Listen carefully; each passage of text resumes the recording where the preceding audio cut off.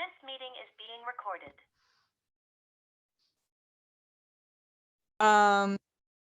Okay, I was going to ask you, Georgiana, if like at the end of this workshop, I can share with everybody what you helped me with. Okay, cool. I'm excited about that. Hello, Daniela, Amy, Hey. Kara, Michelle, Mia, Jana, Angela, Bette, Luna, Mandolin, Faye. So good to see you guys. I didn't know if I wasn't expecting a lot of people here actually. Oh, hi Kayla. Oh, you guys are in the car. How cute. Hi everybody. I wasn't expecting a whole bunch of people today just because it's Mother's Day weekend and it's the middle of a Saturday, so a lot of people are like really busy, but who's supposed to be here is here. So thank you for joining. There's like a lot to go over here, and even if you're not a parent, this is really important to maybe help you understand your own parents. I've been giving, when I was in Texas, I was giving a lot of messages to people regarding their parents. So it really showed me like right now is the time, that all of this needs to be spoken about. So thank you guys for being here. Okay, so let's go ahead and start. Society's definition of a parent is what has created a space of hell, that is obligation, expectation, and responsibility where it doesn't naturally exist. So actually, I'm going to jump to like the very end of my notes, what I was saving for the last, just because I feel like it needs to tie into this. Think about the pressures that you have had of pleasing your own parents and how much that has taken you away from making the decisions that truly resonate with your happiness and truly resonate with your soul.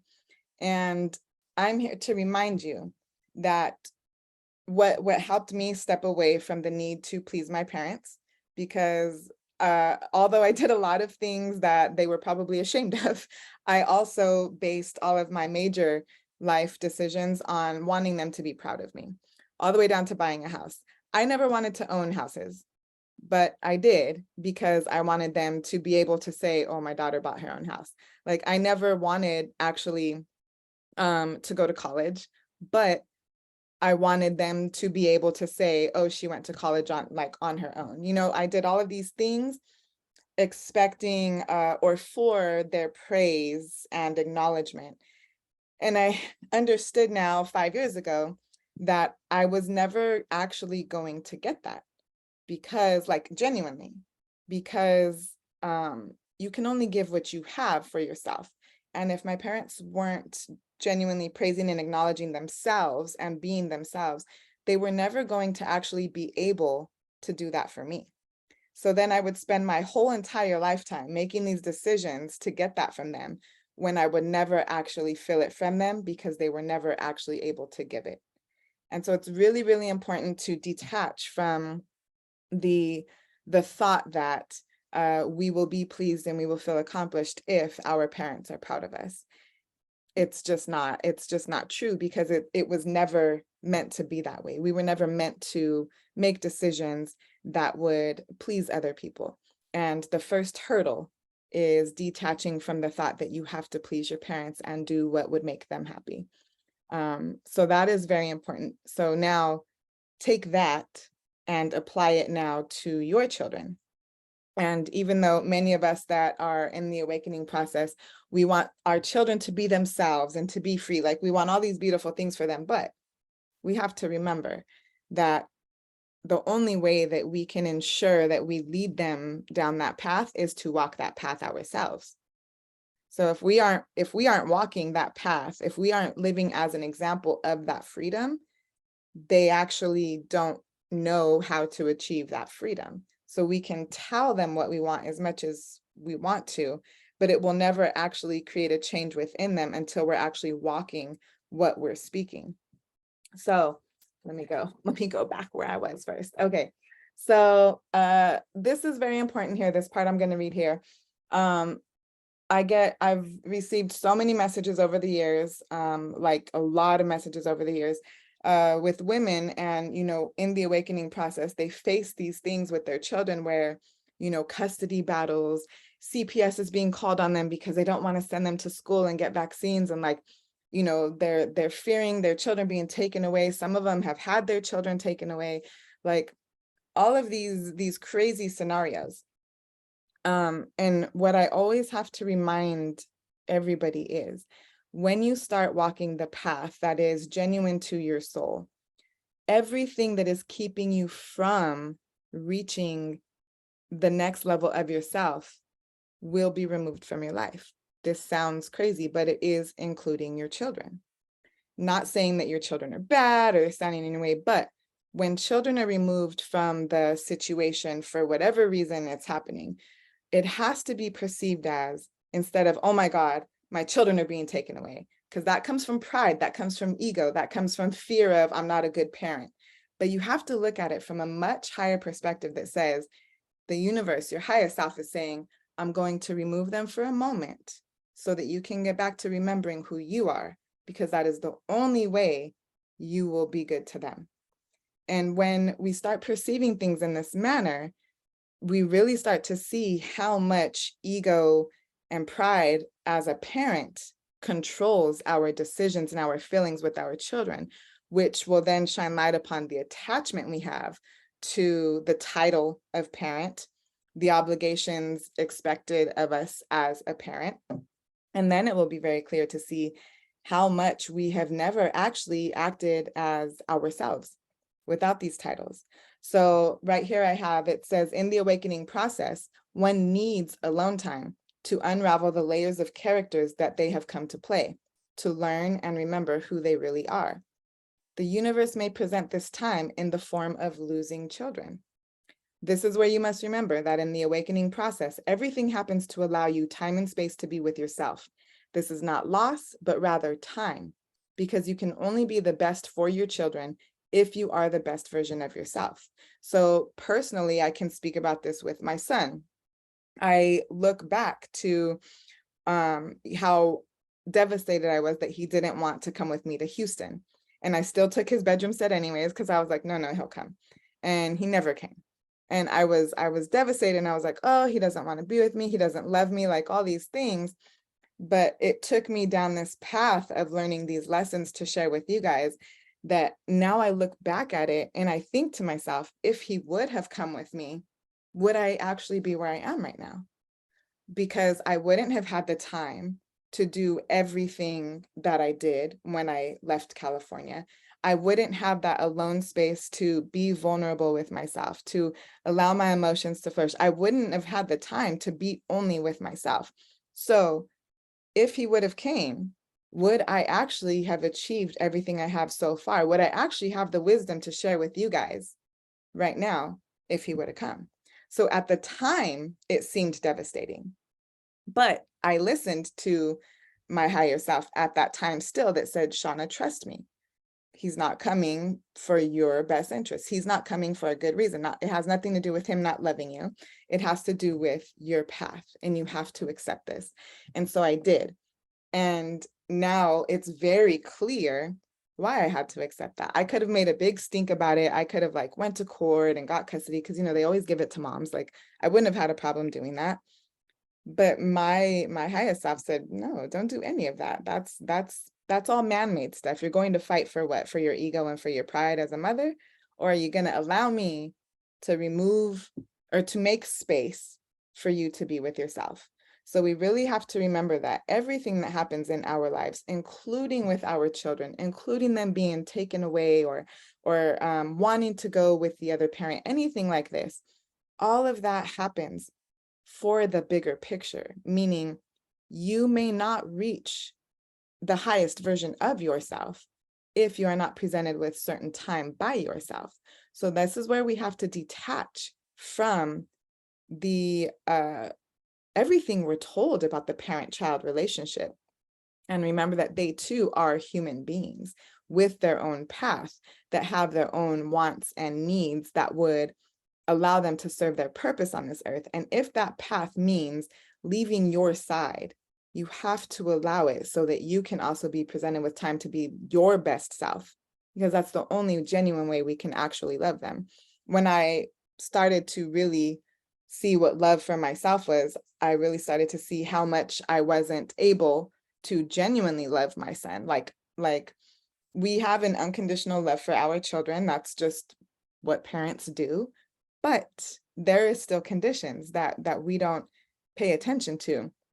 There is still this need for them to need us, this need for them to want us. It's kind of like a toxic relationship that you crave with another person. We kind of have that same relationship with our children.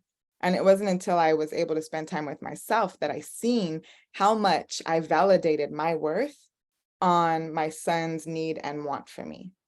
Because if my son doesn't love me for who I am, then what's even the purpose of being here, is what a lot of people would think. That thought crossed my mind.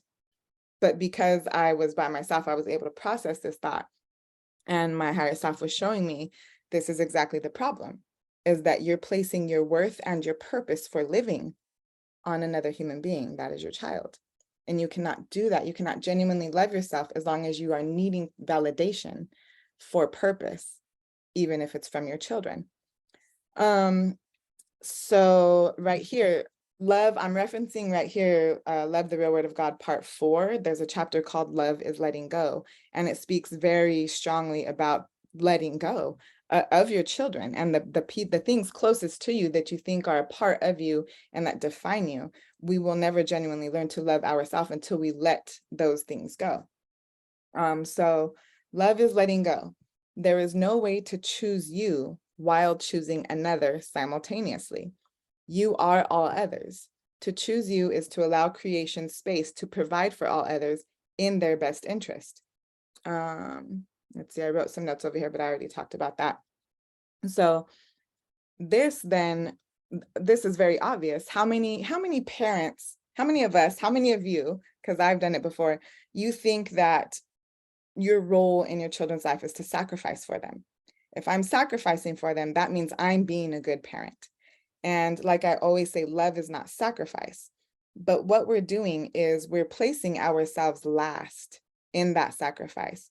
And in placing yourself last, you are also showing your children where to place you in their life. So you will raise children that in the end will not respect you. They will not be considerate of you because you're not considerate of yourself.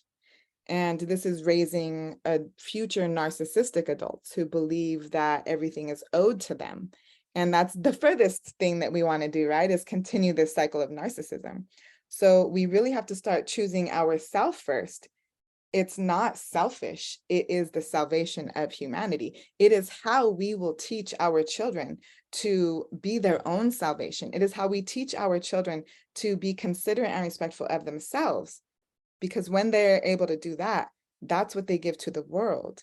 That's how we raise a future of human beings that change the world, is because they understand that everything is them. But they can never understand that as long as you're placing them on a pedestal and you on the floor. They will then always feel like they are better than everybody, that they're above everybody, and that they're owed something that they don't work for. And that is not what we want to create in this future of humanity. We're changing the future already, but to keep our future generations changing it and holding it and moving it forward for us, we need to build this foundation of example to show them love is not sacrifice. If I'm sacrificing for you, I'm teaching you then later to sacrifice for others. I don't want my son to sacrifice. Oh, look at the little baby. Hi. I don't want my son to sacrifice of himself when he gets older. I would hate to see him sacrifice of himself for the love of another, for the acceptance of another. And because I don't want to see him do that, I don't do it for him. And I've even had this conversation with him before where I say, I am just as important as you. Your needs are just as important as mine, but my needs are also just as important as yours. So I've had this talk with him before where I told him, I won't just go buy you anything you want, buy you anything you need. There will be times that I tell you no when you ask me to do something or ask me for something, because I have to really make the decisions that are true to me. Sometimes I don't have money to get what he wants, and I'll tell him like, no, I can't. And I told him that gifts are not a sign of love. So if I'm not giving him what he's asking for, that doesn't mean that I don't love him. It means that either he doesn't need it or I don't have the means to provide it for him, which would mean he doesn't need it. And the reference I used for him, like the example to prove to him gifts are not proving of love, is I've been given many gifts by men. The same man who choked me, who hit me, threw me through walls, I was given many gifts by him. I was given many gifts by people who destroyed me. So that proves gifts is not a sign of love. It's a sign of trying to prove love so that you can remain, that person needs you. And so I had to tell my son, I do not want to create a relationship between us where I need you to need me. And that is how I will ensure that I raise him in such a way that whenever I leave this earth, he will be okay. He won't be lost, like, oh my God, what am I going to do without my mom? Like so many people are. So many people lose their mothers and they lose their life because they don't know how to survive without their mother. That is another scenario I never wanted to see for my son. So I am raising my son in a manner where if I leave, he knows that I will still be with him energetically, but he will be able to survive without me physically. And that is genuine love. So right here, there's a question talking about sacrifice, placing yourself first. It says, why are you scared to place yourself first? This is the root you must address in order to peacefully understand why you must place yourself first. So here's a few of the reasons why we're scared to place ourselves first. Religion teaches that placing yourself first is selfish. As long as this was perceived as the truth, the parent would never choose themselves, leading to a life of suffering and unhappiness. So now take this and put this with your own parents and look at our generation, how much our parents sacrificed of their happiness to provide for us. And look at what internally, maybe not all of them, some, not everybody's the same, but most parents are very unhappy and very unknowing of who they are and are very dependent upon the love of their children or the love of their husband or wife. And this all comes from attachment through sacrifice. If I'm sacrificing for you, there's always going to be, no matter how much people say, oh, I'm giving because I want to, I don't expect anything back. There's a subconscious feeling that if I sacrifice for you, I need you to owe me love. And I need you to owe me making me feel wanted and making me feel acknowledged for the sacrifices I've made for you. But what we as parents have to understand is our children are not responsible for owing us anything. We had children. We are responsible for being an example to those children of what life is. They are not responsible for owing us anything, for doing our job. And that's a lot of ways that my generation was raised, almost like, if you can have this if you do your chores. I think I addressed this somewhere before. This feels like I said this already. You can have this if you do that. You can have this if you do that. So then it keeps us feeling that created a foundation where we feel like no relationship is ever just a genuine relationship where you don't owe somebody something for what they're doing for you. So this is very important to apply to your parents and maybe help you understand your parents a little bit more, is that they were only doing the best they can with what they knew. I'm feeling right now just to tell the message I've been giving about parents for a while now to a lot of people. I've been giving this message is that it's time for us to remove the label from our parents of mother and father. It's time to stop expecting them to play a certain role. Let's talk about mothers first. There's a certain role that we think mothers have to play. It's nurturing, it's accepting, it's loving. And if a mother doesn't provide this, genuinely, it causes resentment within us. And if also freedom, if we don't feel freedom in our relationship with our mother, that can cause resentment too. The only way to genuinely love and accept your own parents is to remove the responsibility from them of being a parent. We have to start looking at our parents as human beings. They are human beings that were born into traumas and everything, just like we were. And we have to remove the expectations of them of the role they should have played in our life. In this healing process, the world has come to this space of just blaming everybody for their traumas and being mad at everybody. I see memes sometimes, it's like, I healed so much, I don't like people. That's not healing, that's anger.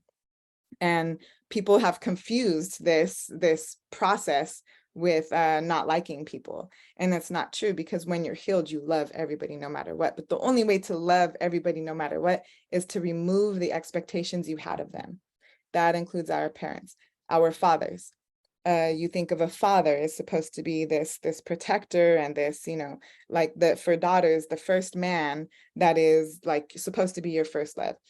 Now, if you experience a father that wasn't there or wasn't very loving or just created trauma in your life in whatever ways, this is where we have to remove the thought that he was ever supposed to play any specific role.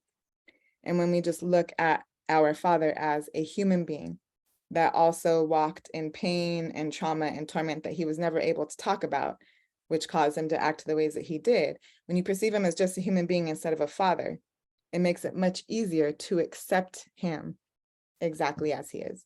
That is what helped me with my father, is I let go of the expectation of feeling like I was ever going to have a father-daughter relationship. And I just accepted the fact that he was who he was because of things that have happened to him that were never addressed.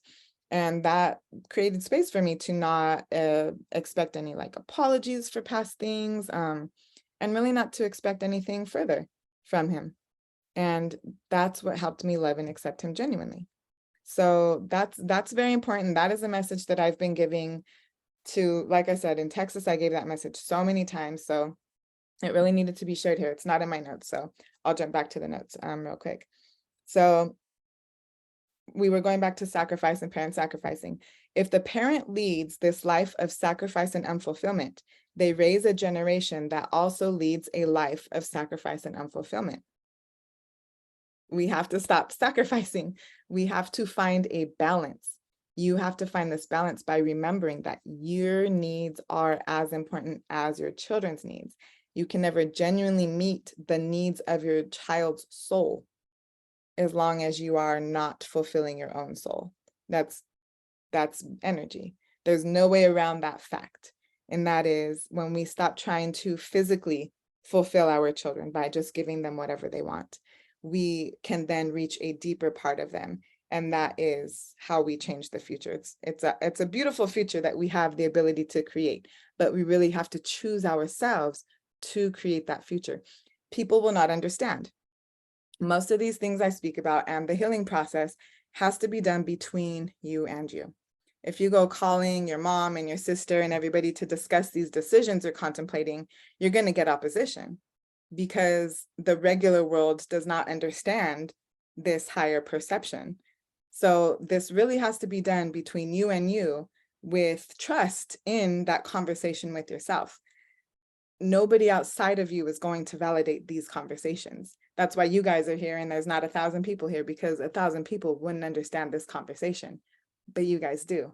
And you guys are the ones with the abilities to transform the future by transforming your relationship with your own parents and becoming a different parent to your children. The parent is to lead the child by example, by action, not by words. So if the parent believes that without the child, they have no purpose. Okay, this goes real deep, so focus. If the parent believes that without the child, they have no purpose, the child will energetically believe that without meeting the parent's expectations, they have no purpose. So while we're believing, oh, my child is my world, and without them, I would be nothing, you are creating an energetic space for your child to also feel purposeless if they're not meeting your expectations of keeping them safe. You know what I mean? So if I feel, and this is a responsibility that I felt when I was small, I felt a responsibility to keep my parents safe. That's a very heavy weight for a child to carry. And it was never anything that was spoken to me or said to me. It was an energy that I felt because I felt like they were destructive to themselves. So I felt like it was up to me to provide a presence where they wouldn't be so destructive.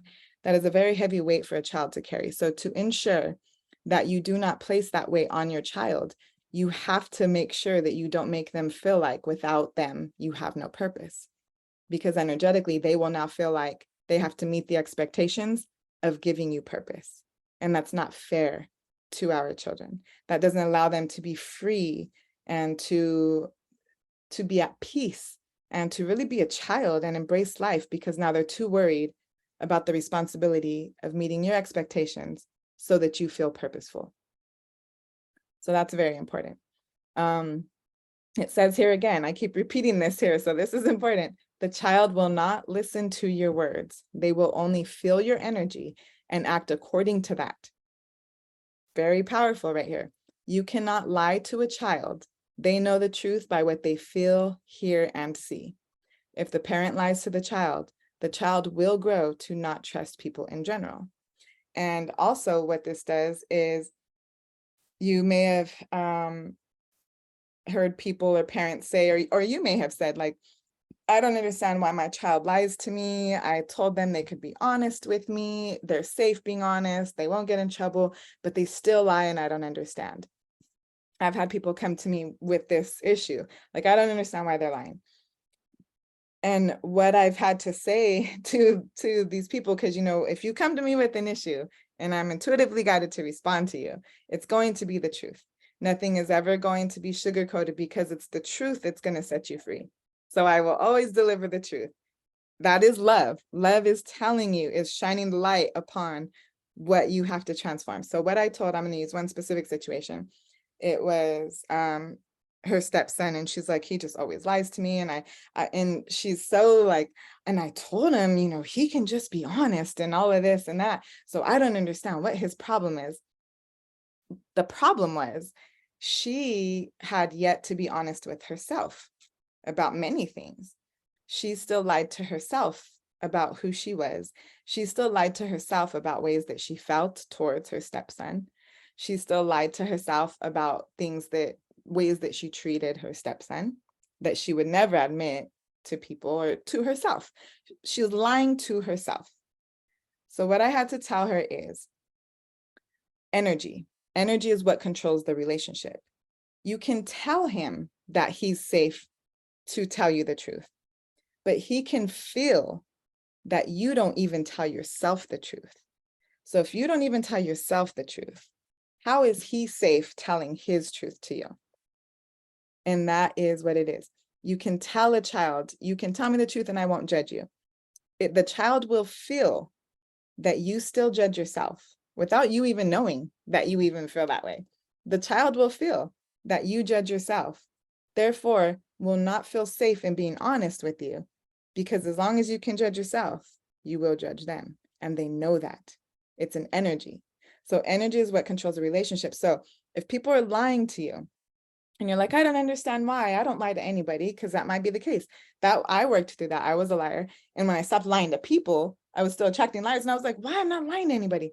I was lying to myself. So when you've cleared the room and you know you're not doing things with anybody else, you have to remember yourself. So as long as you're lying to yourself, your children will also lie to you. No matter how much space you want to provide to them to be honest, they will not feel safe being honest, because energetically they feel the deceit that you carry within yourself towards yourself. And this applies really to all relationships, but we're talking about children here. That is a very hard thing for children. And this is one thing, again, I can attest to with my son also, is since he was small, I always told him, you can tell me the truth. You won't get in trouble if you tell me the truth. Even if you do something bad, just tell me the truth and you won't get in trouble. And for the most part, he was really honest with me growing up. But there still were things that he would lie about, and I wouldn't understand, like, I'm giving you this space to be honest because I wish that I had that when I was small. And he would still lie here and there, and I wouldn't understand. It would blow my mind. So I understand, you know, what that feels like. But now that I understand the energy controls the relationship, it was just really him thinking, you know, knowing that he really didn't have a safe space to be honest, because I wasn't even being honest with people. And this is why kids are so divine. Kids know so much more on a higher frequency than we do. They see so much more in you than you see in yourself. And this is why you have to really, really look at your relationship with your children as a reflection of what's going on inside of you. If your children are lying to you, it's because you're lying to yourself. If, you know, if your just everything your children are doing in your relationship, go apply that to yourself, because they're kind of trying to show you what you're doing to yourself. If they're disrespecting you, they're showing you that you're disrespecting yourself. If they're placing you last, not considerate of anything, your feelings or anything, they're showing you that you're not considering your own feelings. You're not considering yourself. They will always be a reflection to you, which is a really beautiful thing. They're like little saviors, but we don't realize it, right? Okay, so yeah, this is really big. For if you really want your child to be honest with you, you have to be honest with yourself. They will feel it. And like I said, my son now, he tells me everything. Some things I don't even want to know, and he tells me.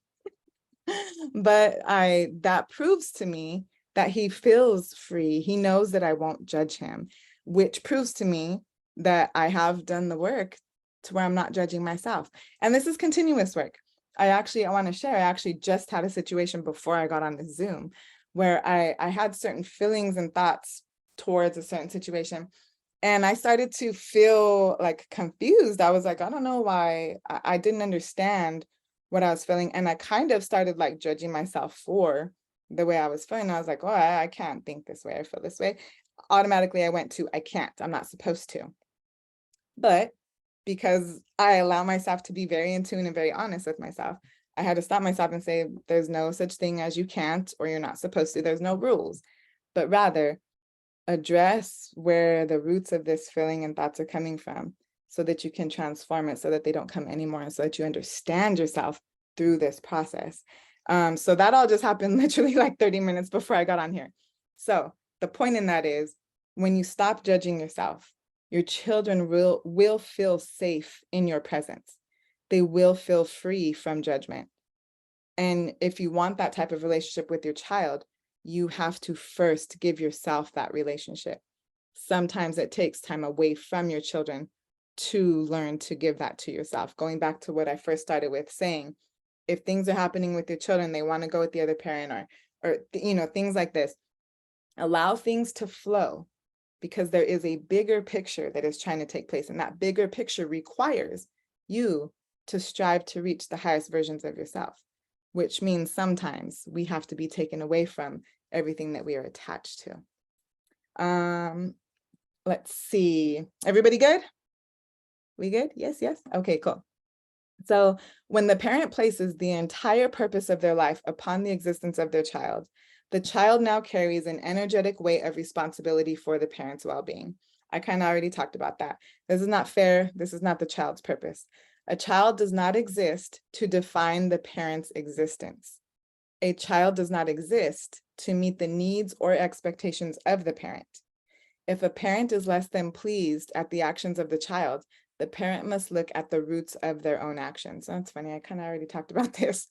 If the child lies, the parent must be honest with the foundation of their own truth. Even if you don't lie to people, you may lie to yourself, which still carries the energy of deceit, molding your child to carry the same energy in a different way. Focusing on a child's well-being more than your own creates an energetic imbalance. This manifests as an imbalance in humanity and Earth, because remember, you are the creator. You are one with every human being. You are one with Mother Earth. So when you have any imbalances in your own life, you are manifesting imbalance amongst the Earth. Alternately, when you start finding balance within yourself, you are also bringing balance to humanity and to the Earth. So don't always look at your negatives. Also look at the work you've done that has transformed certain things already, that has already changed humanity and changed the world. Don't only look at negatives. Let me make that a big thing right now. Don't focus only on negatives, and don't focus on all the work you have to do, but rather just keep choosing you every minute of every day. And that is what's going to naturally bring balance to your internal life, which will manifest as balance in our external world. The lack of unity in the world. Oh, I think I posted this on my Instagram. It was like a little quote from here. The lack of unity in the world begins with your lack of unity with all aspects of yourself. Again, going back to kind of like I said that I had a little situation like 30 minutes before, we really just have to let go of these feelings of thinking we're doing things right or wrong. We really have to accept every aspect of ourself, accept everything that we have been in the past, understand why we have been that, and let that go. Then we have to accept everything that we go through currently, whether we understand it or not. Always accept your current position. Wherever you are currently in your life, accept that position, because that is you. That is real life. That is the you that is real at this moment. It is in that continuous acceptance of yourself that you will start to have faith in yourself, and you will start to be encouraged that you can do this, and that you are able to let go. You are able to become new. And all of it comes with accepting every aspect of yourself, the good, the bad, the ugly. The bad and the ugly that you no longer want to exist, they still have to be accepted, but with the intention of finding the roots of them so that they no longer exist. But always, always accept every part of you. That unity within yourself comes with acceptance of yourself. That unity within yourself, again, manifests in unity amongst the earth, amongst humanity. It's really beautiful. We're really beautiful, guys. Placing the child before you is leading them by example, teaching the child to also place others before them. And I kind of already talked about this too. Teaching your child to sacrifice of themselves for others. Ask why you fear choosing you. I don't know, that kind of didn't make sense, but again, there's this question again. So it's kind of a repeated question. Ask yourself why you fear choosing you with pertaining to your relationship with your child. This is really big. Why do you fear choosing yourself? Do you fear not pleasing what the child wants? Because if you don't please them, they won't accept you. This is big. This also I've had to, I know, because with my son, again, when I would have to tell him no with things, there would be this underlying fear of, oh, he's gonna like his dad more. He's gonna run to his dad for it, and then his dad will give it to him. And then he'll want to be with his dad more, or he'll think his dad will love him more than I do. All of these underlying things existed. And that really showed me why so many parents don't choose themselves. It's out of fear of not being accepted by the child if they do choose themselves. The point that I had to come to in the relationship with my son, because it did get to like a bad point where he was being very disrespectful to me. And I'm sure I've mentioned this many times before. And he told me he didn't want to talk to me anymore and all these things. While I was in Mexico, he did that. He like hung up on me and said he didn't want to talk to me anymore. And I had literally done nothing wrong. And I cried. It was so devastating. But the wisdom that I gained there was the question I was asked by my highest self was, let's say that your son doesn't talk to you again. Let's say that he doesn't love you for who you are. Let's say he doesn't accept the path that you're on. What are you going to do about it? Are you going to stop walking that path and go get a regular job and go get another house and start drinking every day because you're not happy in that life just so that he will accept you? Or are you going to keep walking this path, loving yourself enough that even if your child doesn't love you, you will still be fulfilled? So this is a lesson that I had to learn. I had to learn to love myself so much that I was okay if my child didn't love me. That is something that I don't know any other parent could do. But again, I'm here like walking through the weeds with my swords to clear that path for everybody, because it takes a lot of strength to come to that point of love for yourself. And I had to, and I did. And that was in 2021. So now 2 years later, we have an amazing relationship. And it came from this amazing relationship flourished from the foundation that I created that didn't place responsibility on my son to make me feel loved and appreciated. I had to give it to myself. So ask yourself, are you scared of placing yourself first in fear of your child not accepting you if you do? If you are, you're being very disloyal to your soul, which is being an example to your children to also be disloyal to their soul in exchange for acceptance from another. So again, if you don't want your child to do that when they get older, you have to be the example of not doing it with them. It sounds hard, but it's very necessary, very, very necessary. Let's see. Craving acceptance from another, even your child, again, places responsibility upon them for your well-being and peace.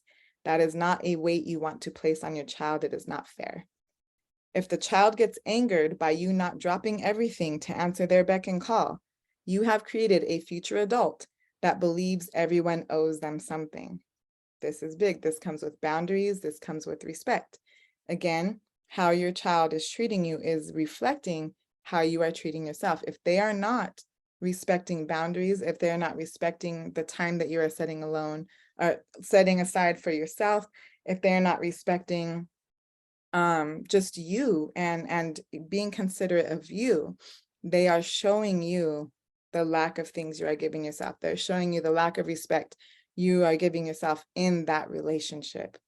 And the last thing we want to do is create people in the future that believe that something is owed to them just for existing. Nothing is owed to us just for existing. Look at the world around us. Everyone is fighting for an apology, fighting for acknowledgement, fighting for because they were the victim. And none of this is actually going to change anything. We can give apologies for the past as much as we want. Until a person finds peace within themselves, an apology will never bring peace. So the last thing we want to do is to raise more children that believe everything is owed to them just for existing. Nothing is owed to us. We are here to create the future that we desire by taking action from a divine foundation that we have faith in ourselves. Nothing is meant to be handed to us. We are all meant to help each other by giving of our talents and giving of ourselves to each other as we are intuitively guided to. These workshops, for example, I've received messages that are like, I send the videos to people that request them, and they're like, you really should charge for those because I even had one like spiritual lady. She was like, you really should charge for what you're doing because you're changing people's lives and you're really not seeing your self-worth by not charging. And I was like, okay, Miss Ma'am, I don't place my worth in a dollar. So anything that people pay me for anything doesn't define my worth. If somebody gives me $10,000, it doesn't make me feel more worthy than somebody giving me $5. You see what I'm saying? So we are all here to help each other with these divine gifts that we have naturally. And we can never do that until we are placing ourselves first, even in our relationships with our children. In doing that, you are then showing your children that it is placing themselves first that will make their visions of life come true. This is what we want to do. We want to raise children that have a faith and a confidence in themselves that cannot be taken away from them. But we can only do that by being the presence of faith and confidence in ourselves. My son has seen me pull over and hug strangers. My son sees me walk up to people in a grocery store and give them a hug. My son has seen me, and he's like, what are you doing? Now he doesn't question it. But at first he was like, oh my God, mom, not again. Now he doesn't question it. He just sits there and waits for me. But this is the example we have to be for our children.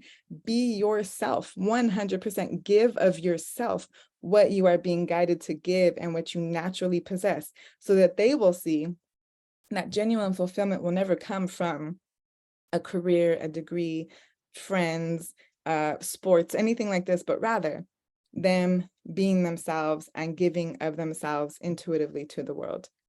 This is the example that we must carry for our children. So back to Oh yeah, about creating children that will believe everything is owed to them. That we don't want to do that, but the only way to not do that is to stop dropping everything the moment that they speak.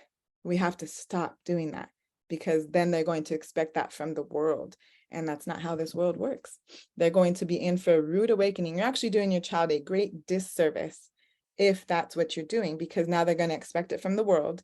And when they don't get that from the world, they're going to be torn down, because they're going to feel like, oh, what is this? Now they're going to feel like they're not important and all this, because the world isn't treating them how the parents treated them when they dropped everything on a dime for them.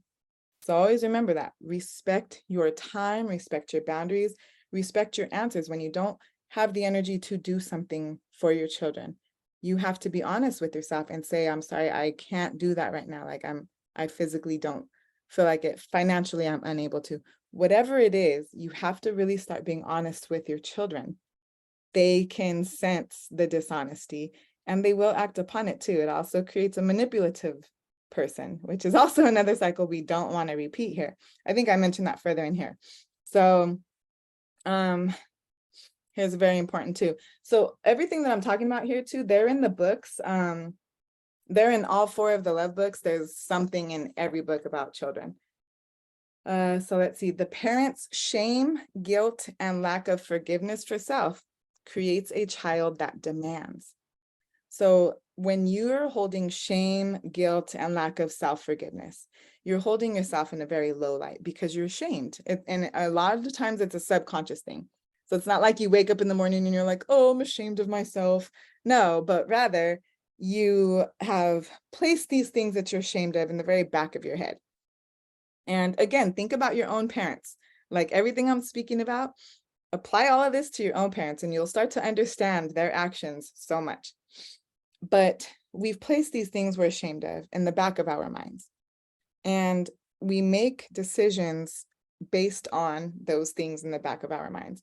So if we're holding shame and guilt back there, like I said, we don't wake up every morning like, oh, I'm ashamed of myself and I'm guilty. It's just there. This will make you feel like you owe your children something to make you feel better about the things you are ashamed of.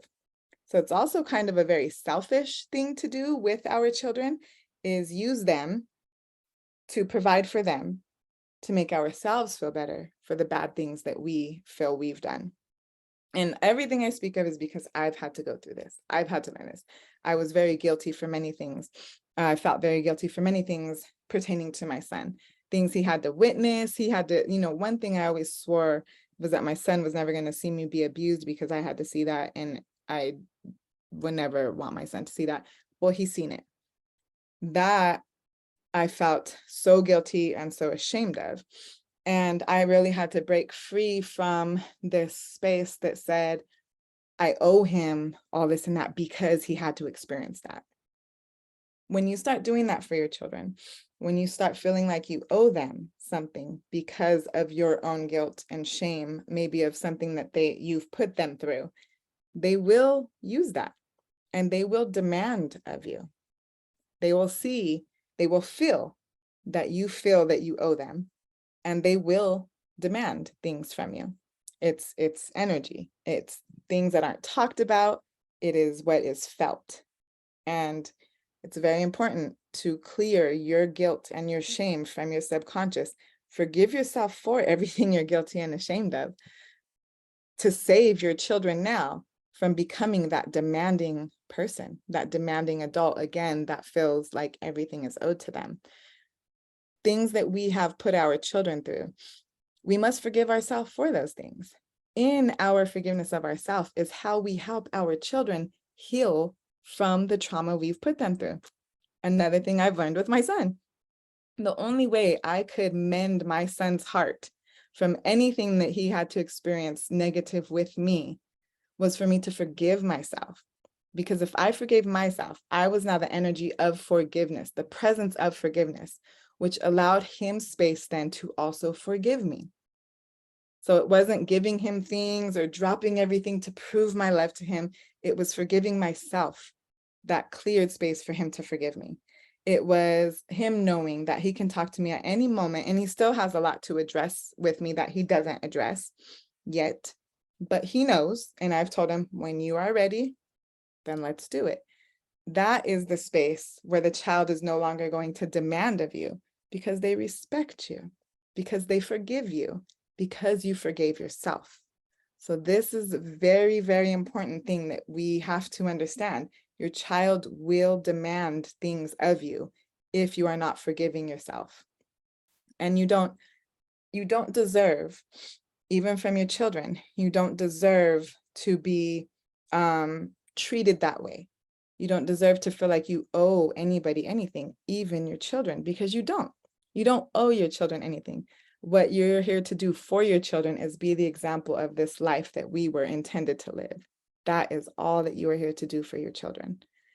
You can only do that genuinely by forgiving yourself from the woes that you think you have brought upon your children.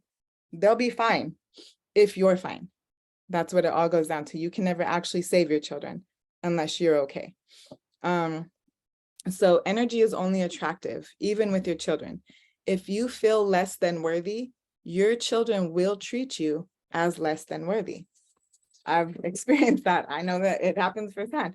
That moment when I talked about my son saying he didn't want to talk to me anymore, I was feeling felt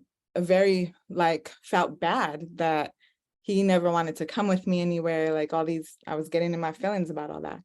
And boom, it happened that he was like, you're not worth anything to me, is what I heard out of what he said. And it all went back down to me feeling less than worthy. I then allowed him a space to also see me as less than worthy. And that's when I realized I don't deserve this. I don't deserve to be treated this way for all the love that I give to everybody, to the world, the love, the understanding, forgiveness for myself. I don't deserve it, so I'm not going to accept it. Even if it was from my own child, I wasn't going to accept it. And even now, I always have to make decisions now. I always have to remind my son, like, no, there's these boundaries here that I'm not going to drop everything, because he was getting to a point again where he's like, Mom, take me here, Mom, take me there. Oh, I need to go here, I need to go there. And I was able to take him, but then it got to a point where I seen he was just like, he didn't care. He didn't care about what I had to do. He would just schedule things with his friends and just be like, oh, my mom could take me, without even thinking about, well, mom's working, mom's writing a book, mom's doing all these other things.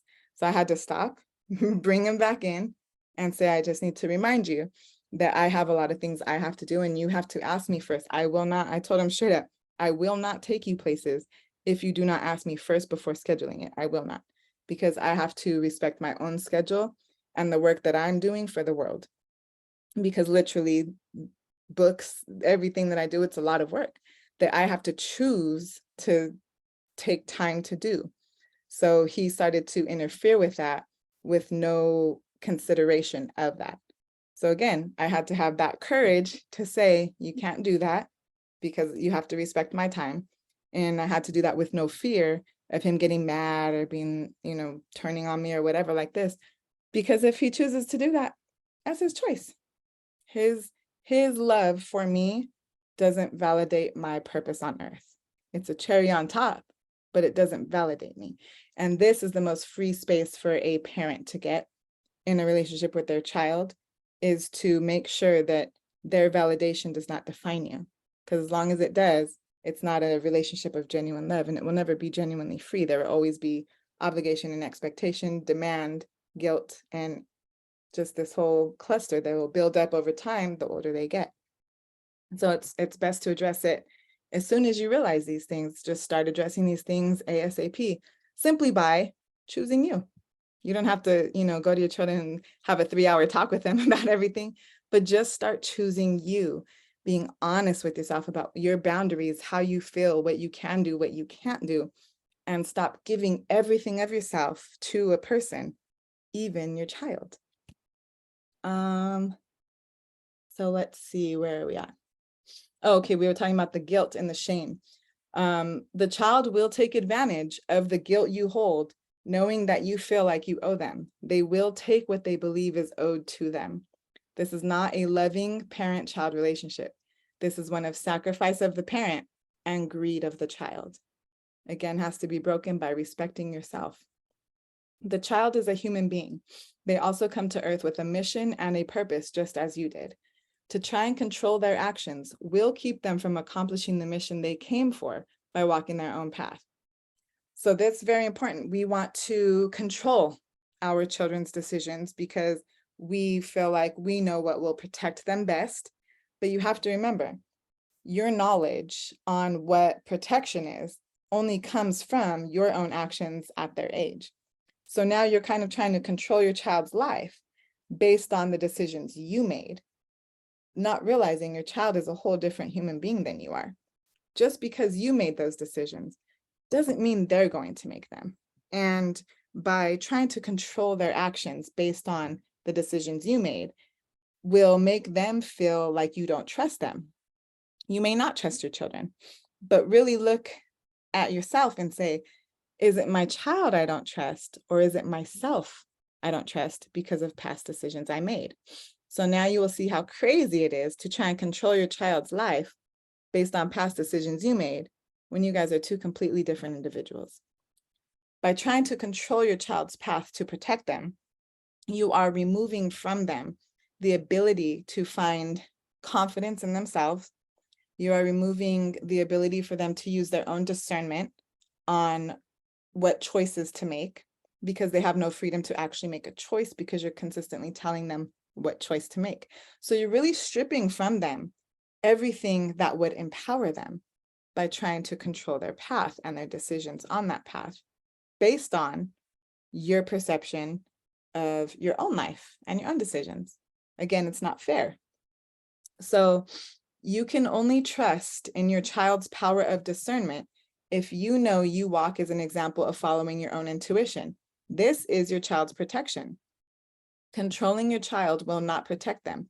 It will teach them that you don't have faith in them, creating a lack of faith within themselves. A lack of faith in self is the path of destruction. Controlling your children is destroying them. This is so very important. This one that says you can only trust in your child's power of discernment if you know you walk as an example of following your own intuition. I will use my son again as an example. Let me give this example. So I don't fear for my son. He's 15, so he's at an age where he can make many bad decisions, right? But I don't fear for him because I know that I am being a great example of trusting yourself. And how I'm being that great example, there was one incident, I'll tell you. He was dating this little girl, and he called me at like 10 o'clock at night. Let's call her, I'm not gonna say her real name. I'm not gonna say her real name because I think Kayla's on here. Just kidding, Kayla. No, let's just call her like Sally, okay? He was like, Mom, can you take me to Sally's house at 8:30 in the morning? We're gonna go to Knott's Berry Farm. And I was like, it immediately, it didn't feel okay. So I said, who's going? Well, her mom's taking us. I was like, but yeah, like who all is going? I don't know. And I was like, why doesn't your Nana take you? Because he was at his Nana's house. I didn't ask her. And I'm like, So, and this was at a time where he was constantly expecting everything of me, like, take me here, take me there. So I said, you know what? It doesn't feel right. I said, I really don't have a reason to tell you no, other than my intuition is telling me that it's not a good idea. I said, because I feel like you're lying to your Nana about where you're going to be tomorrow. You're probably telling her you're going to be with me, and you're not. You're telling me you're going to be with Sally. And I don't really have a good feeling about Sally. So I'm not going to take you. And he was like, really? And I said, yeah, absolutely. I said, I'm sorry, I don't have a better reason for you of why, other than my intuition tells me no. So he said, okay. So then it came, like another message came to me to give to him. So I said, okay, look, this is why.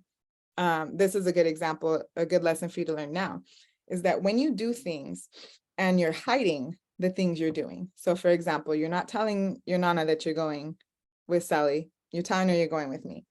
When you're lying about where you're going and what you're doing, something bad may happen on that trip, because to kind of shine light upon the things that you're lying about. I said, so always remember, before you want to lie about where you're going or what you're doing, always remember that it's quite possible that you're creating space for something bad to happen at that time that wouldn't naturally happen if you were just honest about where you're going and what you're doing.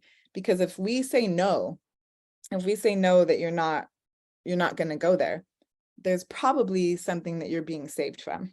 So when I explained it to him that way, that really was an example to him of trusting his own discernment, whether it made sense or not, whether there was an explanation for it or not, just trusting it. And that's what I do for my son. I don't tell him what to do, or no, you can't do this, or you can't do that, or you shouldn't do this, or you shouldn't do that. I don't tell him, I don't use those words with him, actually. All that I do with him is tell him, let's say if he's making fun of somebody, I simply say, how would that make you feel if people were saying that about you? Because you may come to a place in your life where people will make fun of you. And it makes him stop and think. So I'm not saying like, oh, you shouldn't do this and shouldn't do that, but rather make him look at things on a deeper level. So the way to empower your children and to find confidence in their discernment is to be the example of your own confidence in your own discernment. And it's a really beautiful thing. I've also had to have a talk with my son about, there was a time where he was having like a new girlfriend like every 2 weeks. And I was like, easy, buddy. Okay, my son is very cute. So since he was small, I knew we were going to have this issue.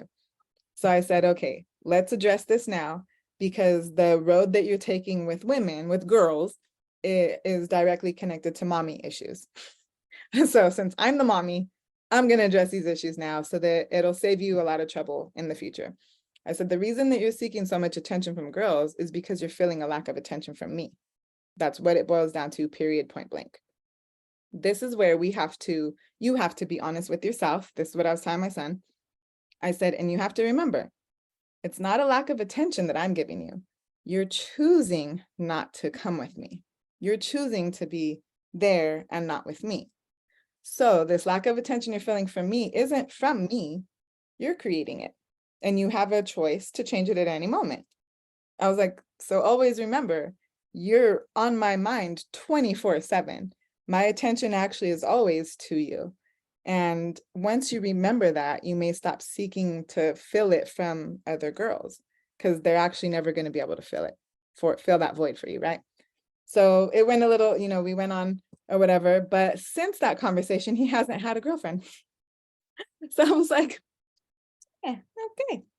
We addressed the mommy issues. So this is just an example of showing your children that you're a human being, that you're real, owning your responsibilities, allowing yourself to be vulnerable, allowing yourself to show them you're not better than them, you're not perfect, you're not above them, but rather just be real with them about your feelings, about your truth, about the things that you feel ashamed of with them, that you've done to them. Just everything must be honest with your children. It's the only way to raise an emotionally healthy human being. Not control. Controlling them will not protect them. Being an example of trusting their own discernment is what will protect them, and what will allow them to walk the path they came to walk, to transform the energies they came to transform, because they have a different purpose than you. Although they're born to you, they still have a different purpose because they're an individual. They won't be allowed to live in that purpose as long as you're trying to control their path.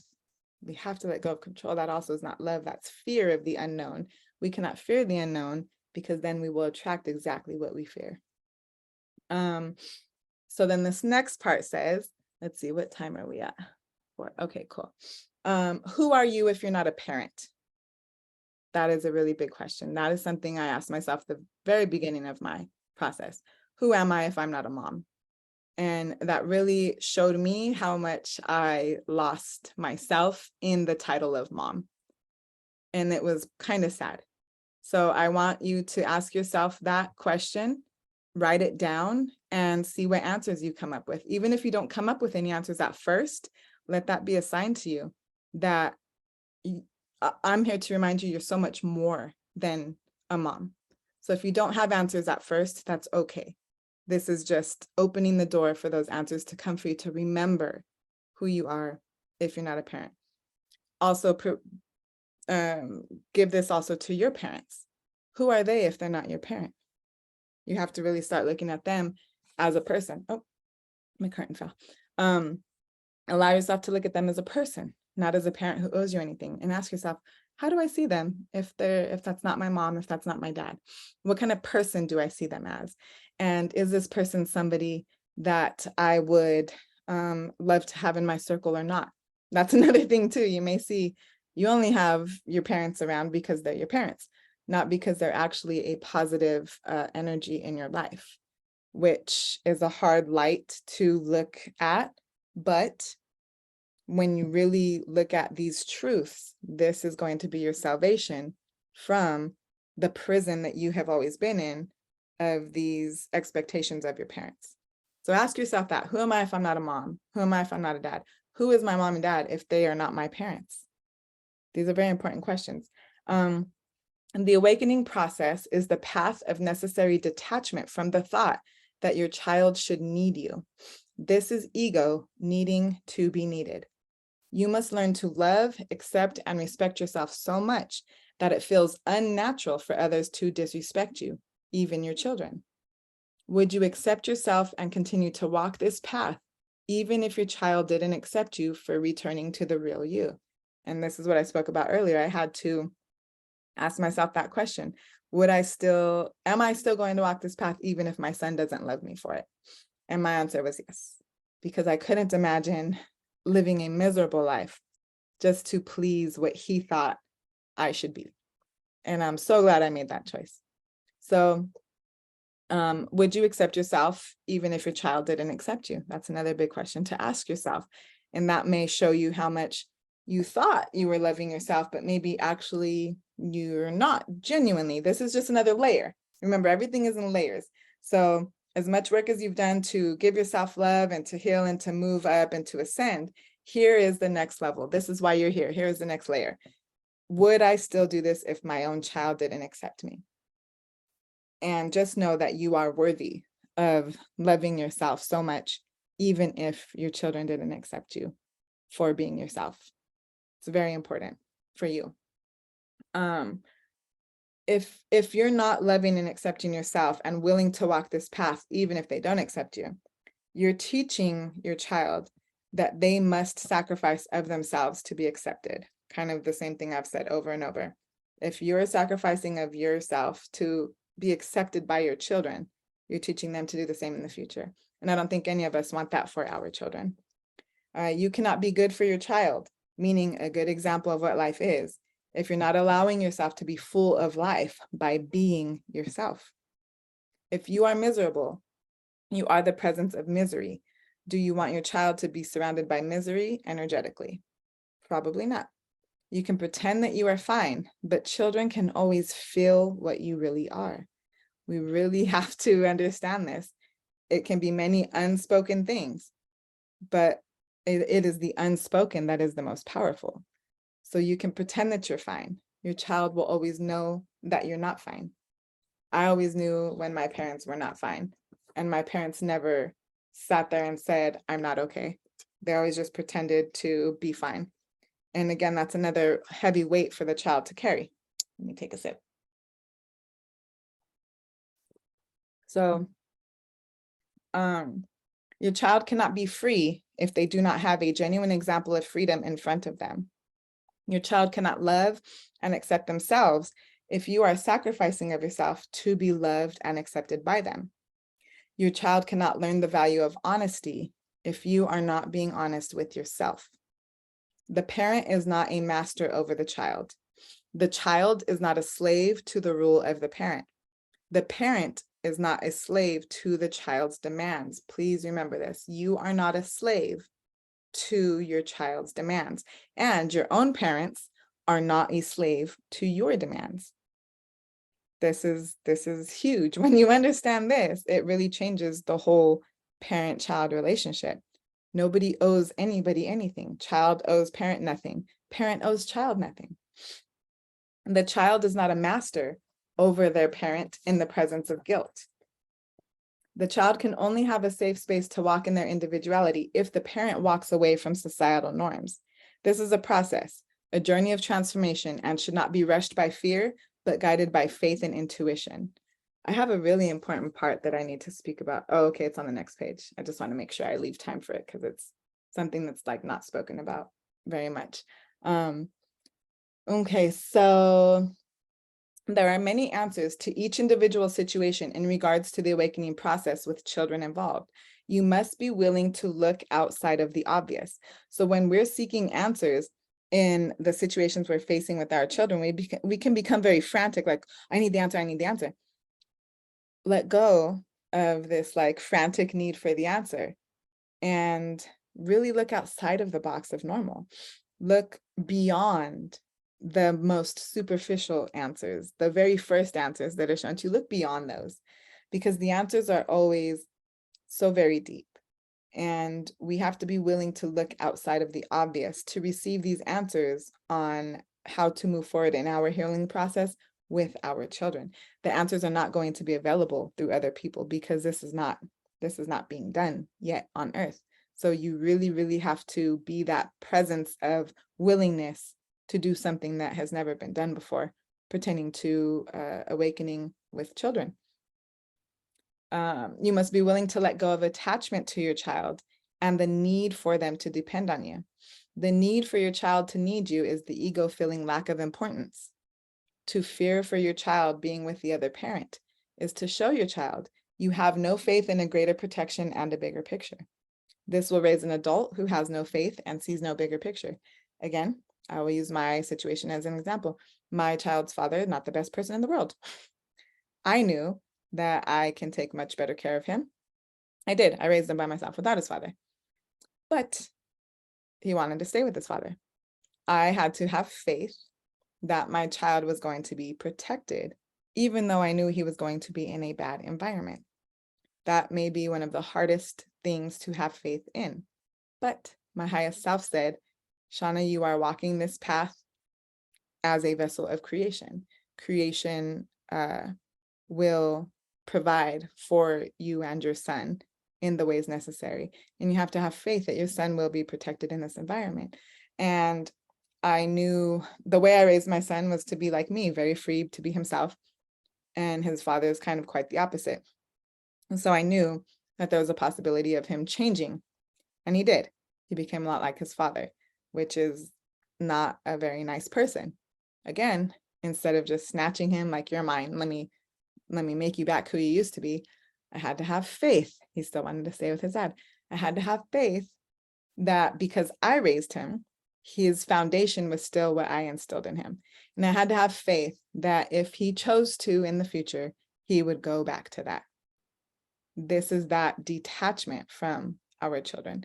Doesn't mean that you don't love them. It means that you are allowing them to be a human being and make their choices with the free will that they have, while not allowing those choices to affect you, because you know that as long as you're walking as a vessel of creation, they will be protected. This is something we really have to have faith in, allowing them to go somewhere we know is not the best for them, but what if it's part of their journey? What if it's how they are here to learn their lessons? Now we are keeping them from learning their lessons because we want to control how they learn those lessons.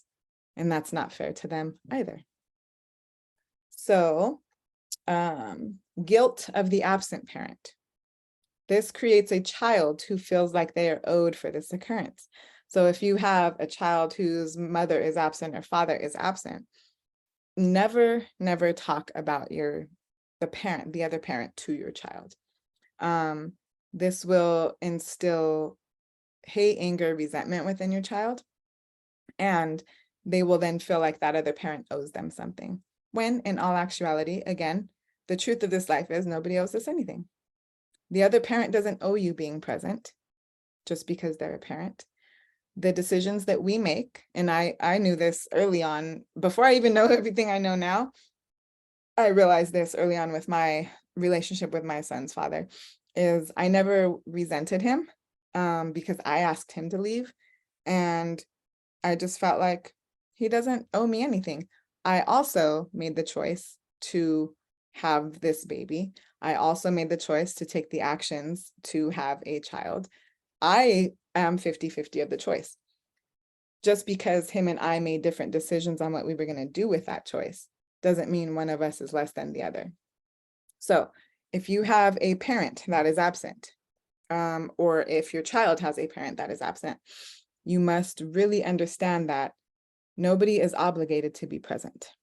And I've said this before, and many people get very angry with this statement, but it's just the truth.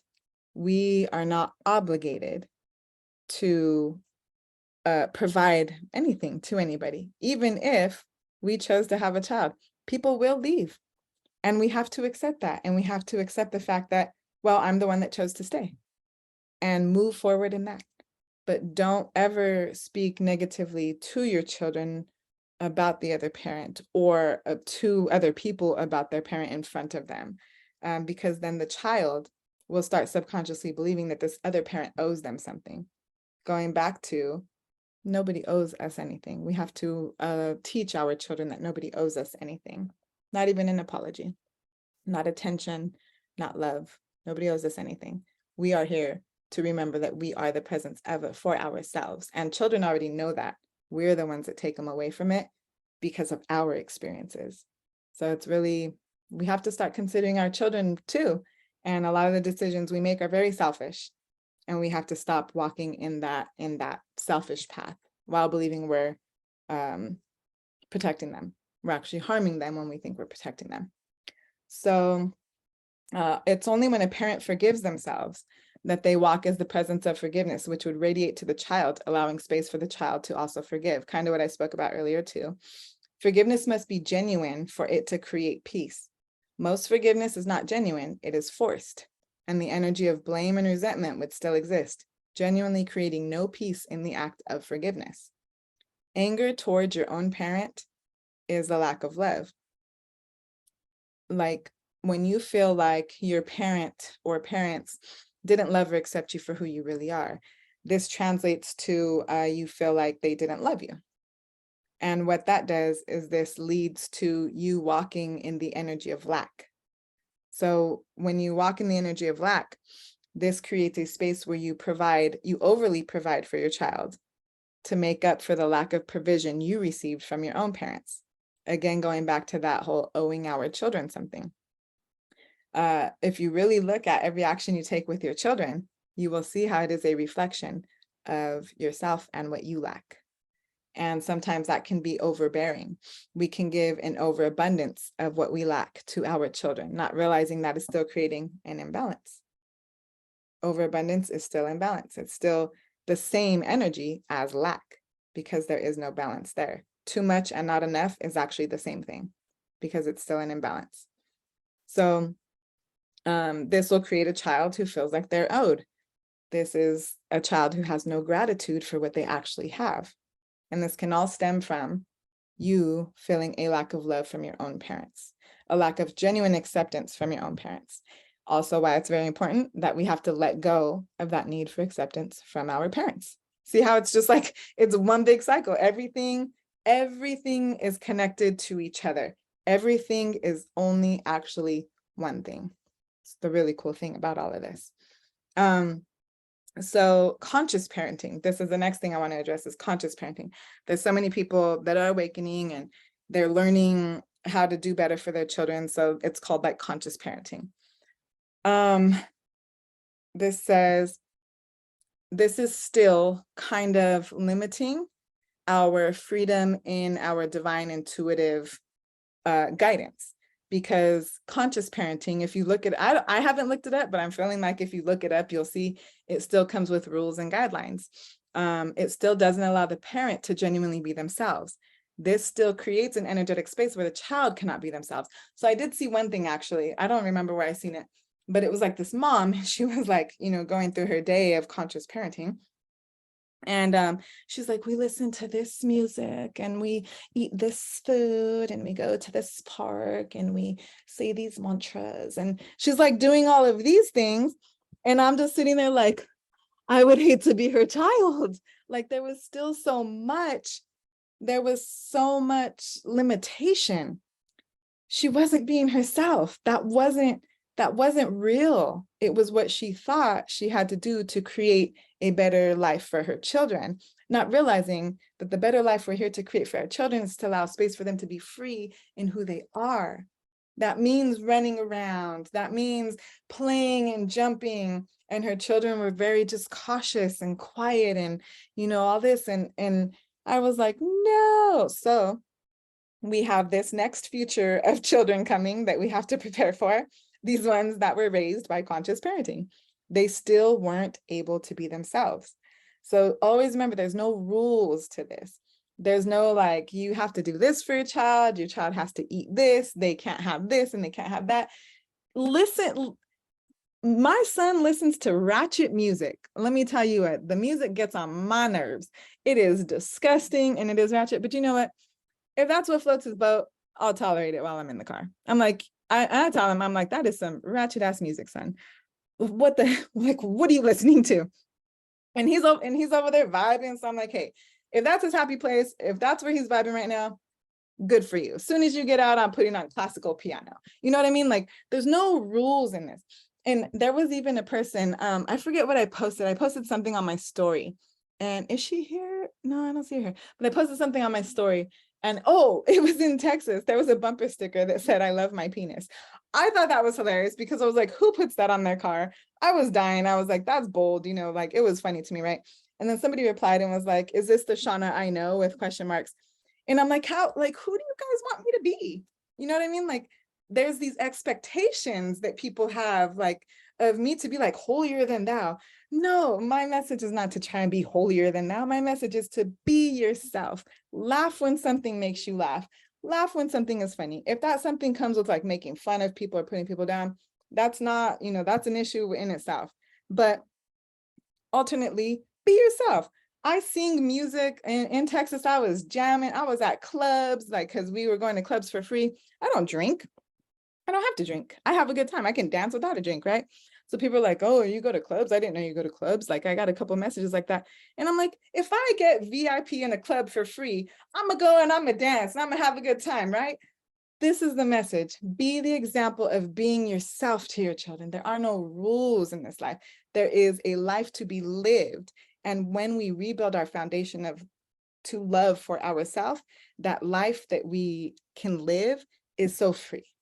That's what we want our child to be. We don't want our child to be like, you can't do this and you can't do that, but rather, if that's what makes you happy, do it, but really address the foundations of why it's making you happy, or if it's really making you happy, or if it's just what you think you have to do. That's what I told my son. I'm like, do you really like that music? Or you just listen to it because that's what all you guys listen to that you hang around? Like, he's on the football team, so he's with a bunch of dudes all the time, right?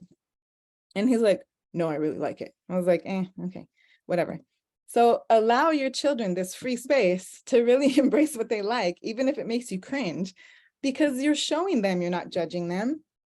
You're not making them feel like what they like doesn't matter. You know, all of these things, it's all just intertwined.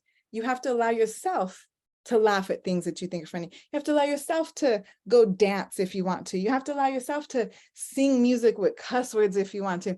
I was singing a Millie from Lil Wayne the other day. We was in the car vibing in Texas, me and Brianna. And ooh, that has some language in it. And I haven't said those words in a long time. And it felt kind of weird too. But I mean, in the moment I was vibing. And then after I was like, dang, I haven't cussed like that in years. Was it bad? No, we were having so much fun. And that was bringing the energy of excitement to the earth. This is how we change the world. We allow ourselves to be happy. We allow ourselves to embrace the moment. That's how we teach our children how to do it. You have to do it for yourself. Yeah, that was a nice little rant, huh? I'm going to get to this point that I wanted to get to before, well, 2 points. So there's this other part that said, let's see. Oh, unity with your child. Actually, that's the part I was on anyway, so I'm over here trying to rush it. Unity with your child. When you stop perceiving your child as a helpless being who needs you to ensure their well-being and needs your verbal guidance, you can cease the energy of superiority and inferiority that this perception creates. The child is not less than you, and your well-being is no less important than the child's. The child does not need to be dependent upon you to do for them. You should be teaching them that they are responsible for doing for themselves. This is big. This is important. If you're not teaching your child to do for themselves, what are they going to do when they're by themselves? This is a great disservice that we can give to our children, is doing everything for them. Since my son was small, I taught him how to cook an egg at like 5. I taught him how to wash his clothes as soon as he could stand up on the little stool and reach. Like, I wanted to make sure, because his father came to live with me and didn't know how to do any of this stuff. And I was like, that's sad to me. And so when he was small, I just started teaching him all that. And even now, I won't do things for him, but rather I will show him how to do it. I will make him do it himself so that he can gain confidence. If you don't allow your child to do things for themselves, you're not allowing them space to find confidence that they can do it, that they're capable of doing it. Again, stripping them from their power. That is confidence in themselves. And then the question says, do you baby your child? Then it says, why? You must raise a child that is strong in faith in self and fearless in action. You will do your child a great disservice by doing everything for them. This is huge. Your child's power is confidence. Your child's power is faith in themselves.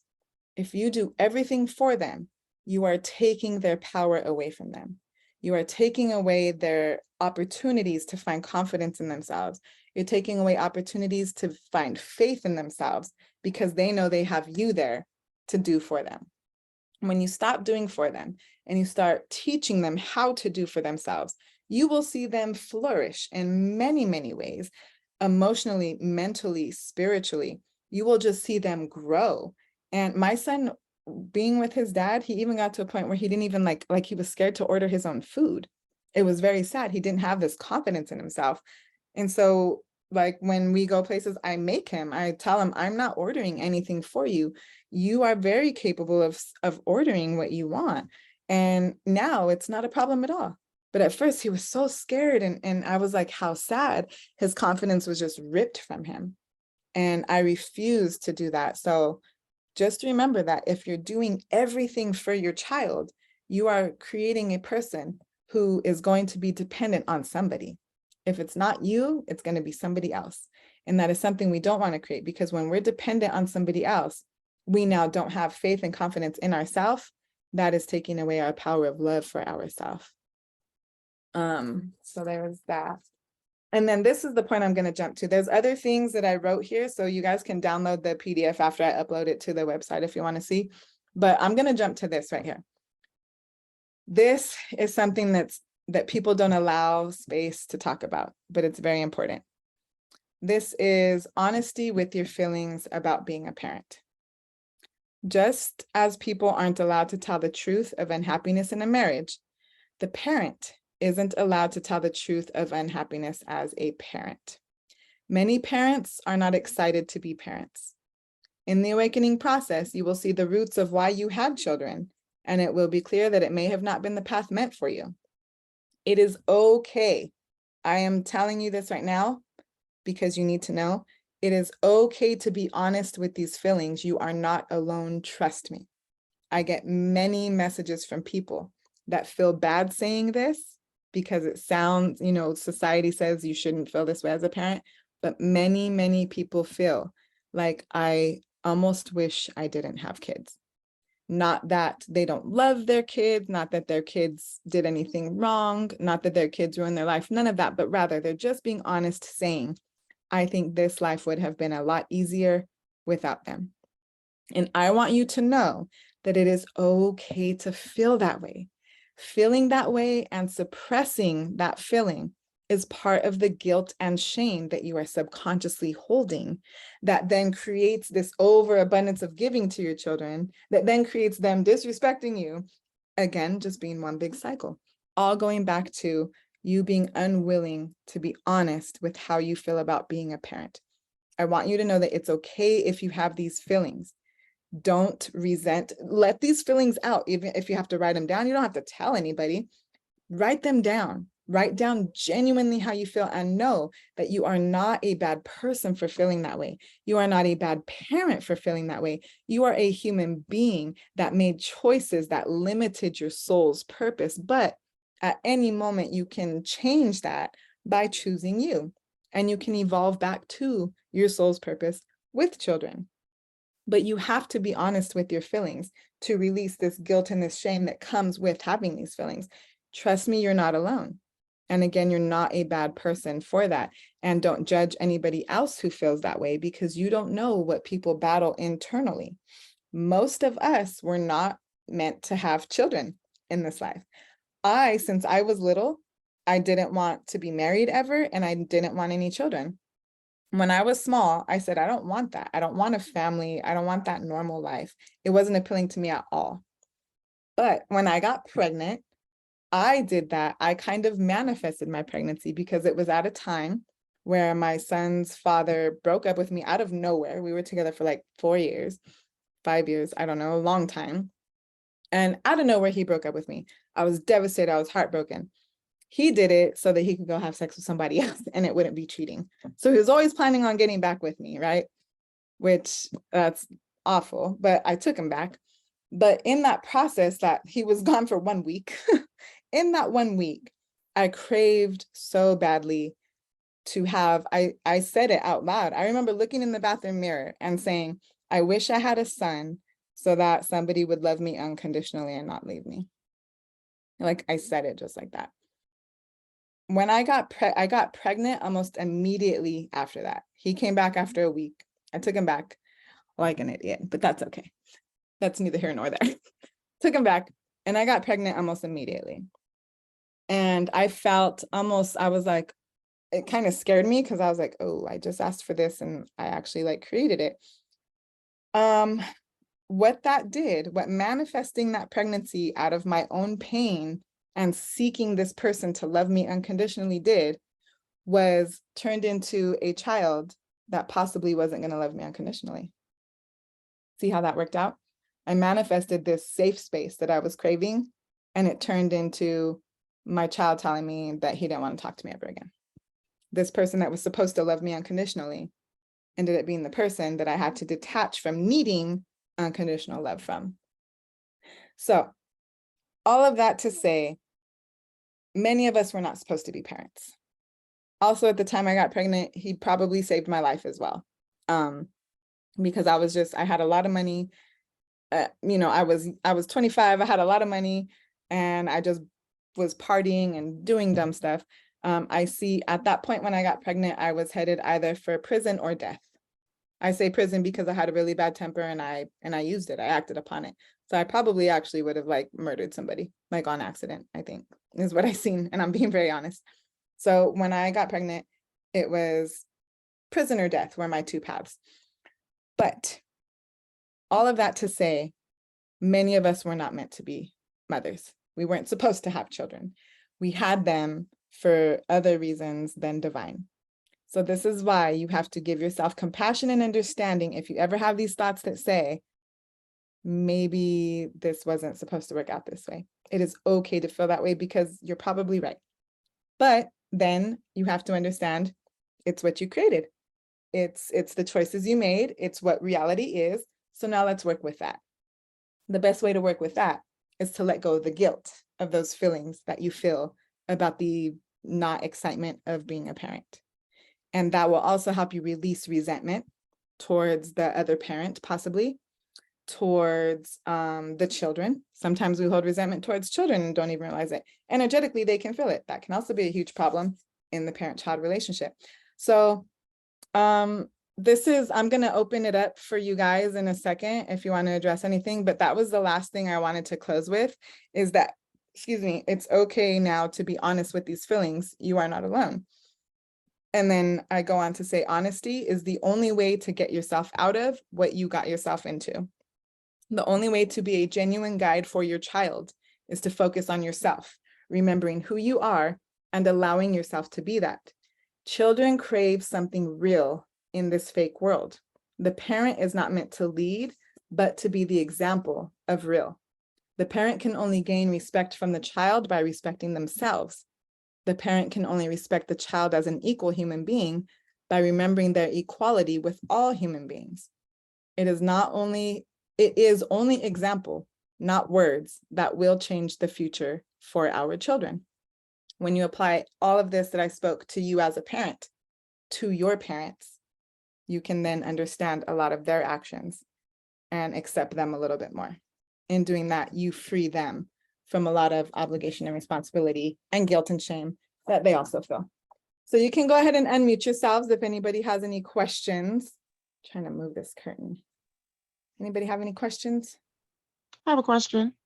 Go ahead. Hi, Janelle. Hi, how are you? Good. Oh, Janelle came and seen me at Houston, guys. I did. It She was flew amazing. from Maryland all the way to Houston to come see me. I hope that you had a good time. I had the best time. Thank When you. people come to when people travel to come see me, I think that's always kind of something that's in the back of my mind, is like, I hope it was everything they wanted it to be. Everything. It really was. Amazing. It really was. I'm not just saying that. It really was. It really Thank you. was. Thank you for coming. That was amazing. Thank you. Okay, so go ahead. So I know the part where you say, just let them be and, whatnot. But like at what point, because I have a 6-year-old, my 12-year-old, she's gotten to a point where she listens to herself and she hears my guidance and she trusts what I says, and then she makes her own decisions. Like I don't force her to eat, a plant-based and vegan, but like that's what I buy. And if I cook it, she enjoys it. But if she goes somewhere else, and she wants to eat something, exactly. I'm not going to force her. But she's starting to make her own choices. But like my 6-year-old, because she's an age where I do have to guide her, and before, she's 6, so like she used to love pizza and hamburgers and all the crap food. Yeah. And it affects her negatively. She has like eczema and stuff like that. So like if she eats the bad things, it appears in her skin. So like I guess what I want to ask is, like, at what point is it guiding them and like try to make the right choices for them when they're not capable? Because she would eat crap all day if I let her, she's 6. Yeah. So yeah. So at 6 years old, that is an age where you are to guide them. So that is your responsibility to have in the house what you want for her. Right. So if you don't want her to eat certain things, then those things shouldn't even be an option. Right. I learned this, I've seen this firsthand with one of my friends. She would have like ice cream and cookies and all these things, but then when her son would eat them, she would shame him for it. And I had to tell her, like, whoa, this is where you're the mom. And if you don't want him craving something or wanting something specific, it shouldn't even be an option. If you don't want it to become normal, don't make it an option. And at 6 years old, that's still the age where you're still forming them. You're still helping their foundation of their subconscious be laid. And so, yeah, that's just really listen to your intuition with that. But what I'm being guided to tell you is that only make available what you want for your children. Right. So my son, because I don't have one place of residence and he's not ready to travel with me yet, he's not with me all the time. So the same as you, I don't force him to eat any certain way. I prepare what I'm going to eat. If he wants it, cool. If he doesn't, cool. But if he was with me all the time, I would say, this is what I have, and that's it. Like, that's it. This is what I have, and that's it. And yeah, if you want to go get something else, like, you can use your own money. But at 6, she's not gonna have her own money. But yeah, I mean, like, yeah, she'll so want really, Chick-fil-A sometimes because, I mean, she's 6 and I have to understand that, like, we ate a certain way before and she's still going to have these cravings, and I've had, I fell at times when I would have cravings, then I would give into it and I'd feel like crap and, yeah. But, sometimes I will get it for her because it's just like constant asking. And it's just so hard for me sometimes to like find a balance. Certain things, it's like absolutely not, like she's coming home and asking for McDonald's. I don't know where that came from. But I'm like, Do absolutely Chick-fil-A, but not. don't do McDonald's. That Right. I one, said, just tell her absolutely no on not. that one. Never McDonald's. But Never yeah, McDonald's. this is kind of where I go back to the whole, like, there's no rules in this. Just really listen to yourself. Right. If your soul is telling you, just get her the Chick-fil-A today. Really just evaluate also your feelings behind those decisions. Am I making this decision because I think it's just, you know, what she needs right now? Am I making it because I don't want to upset her? You know, really address the foundation of the decisions. And if it's not because you're scared to like upset her or anything like that, but rather just, hey, let her have some Chick-fil-A, then do it. You know, Yeah. there's no rules, there's just listening to yourself, and everything is a process. So you're having to go through a process with her. You're changing, and that means that she also needs space to change. Right. So yeah, just have compassion with yourself through this, and just don't feel guilty. Don't feel like, oh my God, I'm doing the wrong thing. But She's like, you never have food. Why you? yeah, no, tell her I have food. It's just not the bad ones. And Right. And yeah, then so, she's so and don't let that picky. make So you it's like, feel like a bad parent neither. To hear that from your child, you never have food, that might make you feel like a bad parent. Don't let that make you feel like a bad parent. Always remember that what you're doing is for the betterment of your child's health. And this is where you have to have courage and strength in what you know to be right, to show her that you are courageous and have strength in what you know is right. Because if right. you don't have that courage and strength, she knows that energetically. So she knows that she'll work with that. Yeah. Yeah. That one's a tough one, man. Just give That her yourself dad gives time. her anything, you know, and it's just like, oh, Give yourself daddy time and just has, listen. Yeah. daddy gives me, and I'm just like, well, do you want to go to your daddy's house? Yeah, no, exactly. That kind of is what I was talking about. Like if they, you know, we have to allow these things to play out for a bigger picture and let go of our control of how they're supposed to play out. So if she Right. ever does voice she wants to go there, then maybe that would be your opportunity to have faith in a bigger picture and allow her to go there, knowing that that's not where you want her to be, but rather maybe where she has to be for this process. Yeah. And this time. Yeah. Yeah. You got this, girl. Woo. Yeah. Thank you. You're welcome. Anybody else? I have a question. Go ahead, Daniela. Okay, so I'm in a household with my 3 kids, and I also have my nephew. So a lot of the time he's very angry and he acts out and he hits my daughter. And we also have food that I don't really have too much control over. So I'm kind of just letting them eat what they want to eat because I really don't have a choice in it right now. And kind of just like addressing the issues of what my daughter has to go through with my nephew because of his anger and temperament on the back end. Is that a good way to deal with everything? It is for now. That what you've done for now is good, but I think you're being called now to make a different decision. I think you're being called now to have faith in yourself to somehow remove yourself from that situation. And I know sometimes it seems impossible, like I don't have the means to, I don't have any way to do this or to do that. But this is where it goes back to what I spoke about earlier, where it says that sometimes we have to look beyond the obvious. There's always a way out, and there's always answers when we look beyond the obvious of I need a job and I need money. When we look beyond that, there's always answers.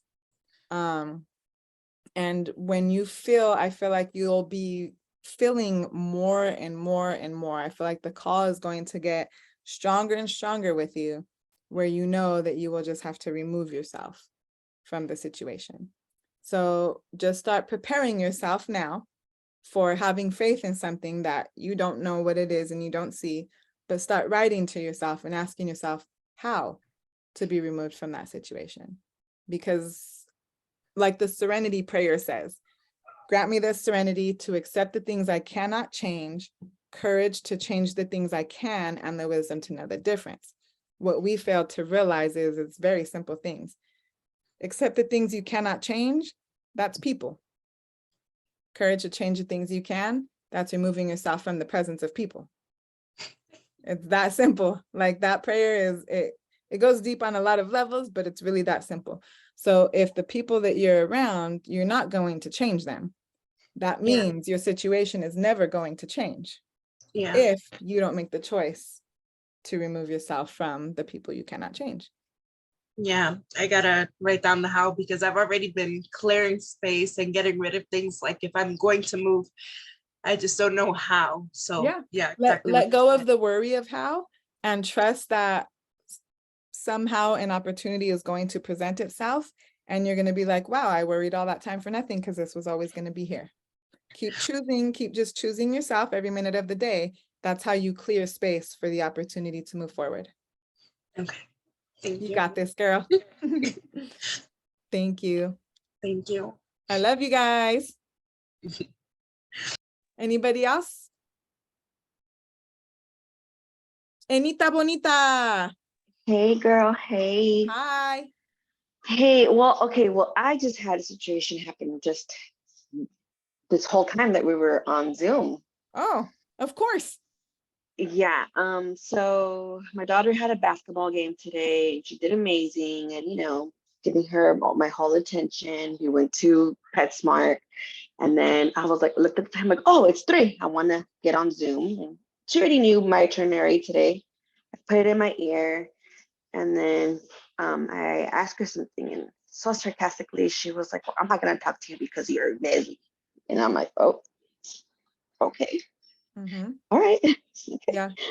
All right. Okay. So and then I'm like, okay. So I'm like, okay, if you're going to be like that, it's fine. I'm going to let you do your thing, whatever. Like, Right. This Yeah. is important to me, and this is what I want to do. Right. Then I think I could feel it, that she got upset, the fact that I didn't drop everything, Right. hang up, and Right. wasn't there. There it Like, is. Wow. That's up her crazy butt and that it around was the corner. happening now while I was speaking about that. Yeah. And then I was just like, and then like, I'm not gonna lie, like the narcissist inside me was kind of like, that's what she's saying, like what you're saying. But at the same time, I'm like, I need to just chill too, because it's true. Like she's showing me there's things that I need to fix within myself. Not fix, but like maneuver in my life, you know what I Right. mean? But it's hard, like it's hard Yeah. to like, What I see is that you're holding a lot of guilt. You're holding the guilt for your daughter's relationship with her father. And you have to let yeah, that guilt go. That has nothing to do with you. And yeah, when you let that guilt go, because what that guilt is doing to you is it's holding yourself in a lower light. So how she's treating you is showing you where you're holding yourself. She will always treat you how you are treating yourself. yeah, And so what ways that she treats you, if you feel like, I don't deserve to be treated like that, yeah, that's your soul telling you, I don't deserve to be treated like this by yourself. And that means holding yourself in a lower light. And what I'm seeing for you is a lot of that comes from guilt for her relationship with her father, which again has nothing to do with you. yeah, You can't control that. You can't control him. All you can do is change your perspective on him, which I know you already have, and be the example of that to her. Whether what she chooses to do with that relationship and with that perspective, she has the free will to choose what she wants to do with it. But that yeah, doesn't mean that you have to hold guilt for it, because it's going to destroy you, and it's going to create her really just taking advantage of you. yeah, Mhm. yeah. And we had a whole thing planned out, and I was like, you want to go to the store? Like, and she was like, I don't want to do nothing. And I'm like, you know what? I'm gonna respect that. But we're not gonna go to the store then. Mhm. Yeah. Fine. We're just gonna Yeah. go home. Yeah. Yeah, really. Yeah. Start really start respecting yourself. And then, Yeah. and like right now she's not talking to me, and she's in her room, Mhm. and it hurts. And this is kind of showing you too, where it's like your worth and your validation is being placed on how she treats you. Because if it Yeah, hurts that she's treating you like this, it's showing that you're placing your worth in her. Yeah. And this is a great wow, that this is all happening like right now, because Yes, this is a like, and I'm great like, oh, what is going opportunity on? for you to see, to like, here's your chance to break that by really seeing that you've always been so important, and you will always be so important, no matter what anybody else thinks of you, even your own child. Yeah. Mhm. Oh yeah. And when she Yeah. starts seeing you rise in yourself, in that confidence in yourself, and that respect for yourself, and that respecting your boundaries and your time and your feelings, when you start doing all that for yourself, she will have no other option but to also do it or not do it. And that's where Yeah. you just have to, kind of how I had to do with my son, say, well, I'm going to love myself so much that even if he doesn't love me, I will be okay. Yeah. Yeah. It's definitely a process. Yeah, it But is. yeah. But you got this. Just Yes, I do. don't forget your importance Yeah. without the title of mom. Yes. And don't take Yes. responsibility for the other parent either. Oh yeah, no, definitely. But yeah, that's what I wanted to like get vent, and I'm like, dude, like this is happening like right now. That's crazy. Yeah. I mean, I'm not surprised, but that's how things work. But that, I mean, it's really beautiful, actually. It's just really beautiful that this is all being said. And then your highest self is like, here you go. Yeah, and I'm Here's just the opportunity driving, and now. I'm like, what's going on? And then like, I really wanted to just be like, calm down, but I'm like, why am I gonna yell? Like, why am I gonna? I'm gonna, I'm gonna miss this out. I'm gonna be upset, and I'm not gonna take in what I'm supposed to learn. You know what I Right. mean? Yeah.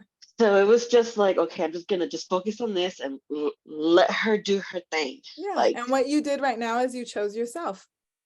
That is how we are the best for our children. So whatever way she sees it, you have to know that you are laying this foundation for her future, whether she sees it or not. mhm, Yeah. that. You got this, Thank girl. you. Yes, I do. I do. And that is I the do. one, she took me to LAX and picked me up from Houston. So she's my friend. Aw, hey, friend. Met her to my meet and greet in Los Angeles. So that's how I met her in person too. Yes. Just so exciting. Just Yes. how How I everything know works people out. and how I start meeting people. And Daniela, she went and met me at my meet and greet in Houston. So I've met her. Sandra, I met her a couple of years ago at Betta's house. Georgiana came to see me in Houston. I have something really cool to tell y'all about Georgiana, something she did for me. I know that I'm gonna see Fabiola at one point. I've been knowing that. She's in Florida. But yeah, so I'm just really grateful. Oh, Grace is here. Hi, Grace. Grace just had surgery. Let's send her so much love in her recovery. We love you, Grace. I love all of you guys that are here. Thank you for being here. Oh, Larissa's here. Larissa, I stayed with her in Switzerland. Where'd she go? I stayed with her in Switzerland. Amazing. All of you guys are amazing. Go ahead, Fabi. Oh, you're on mute still. Here we are. Hi. Hello, everybody. So give me 1 second, close the door. They're coming in. So for now, I'm very happy to hear all this because my relationship with my kids has been good. I have 3 boys. And as you said, I'm trying to raise them independent and showing them that they can choose and do things by themselves. Oh, here it is. Say hi, Mauricio. Hi. Okay. Do you see her? You know, she's saying hi. Hi. But now everything comes down to my parents. My parents are suffering from dementia and they're starting to show signs. So it's time for me to go to Puerto Rico. We scheduled the vacations and everything, but something inside of me is still telling me that I don't need to go or I don't need to do anything. Because as you said, we don't owe nobody nothing. But it's very hard to go against the big sister responsibility and whatever they have teach you that is your responsibility to take care of your parents after. Right. So it's like I feel like against the wall because on the other hand, my sister doesn't want to do anything. So I feel like the whole thing going on top of myself. Like, Yeah. And if you're already feeling like not to go, this is a huge red flag for you. But alternately, if you do go, just be prepared to learn something there. Be prepared for truth to just be shown to you of maybe why you shouldn't have went, which sometimes is why we need to go anyways, to really like see and understand why we should have listened, you know? So really just make a choice. At this point, I can like see you and I can feel you. And just really your soul is just saying, just make a choice.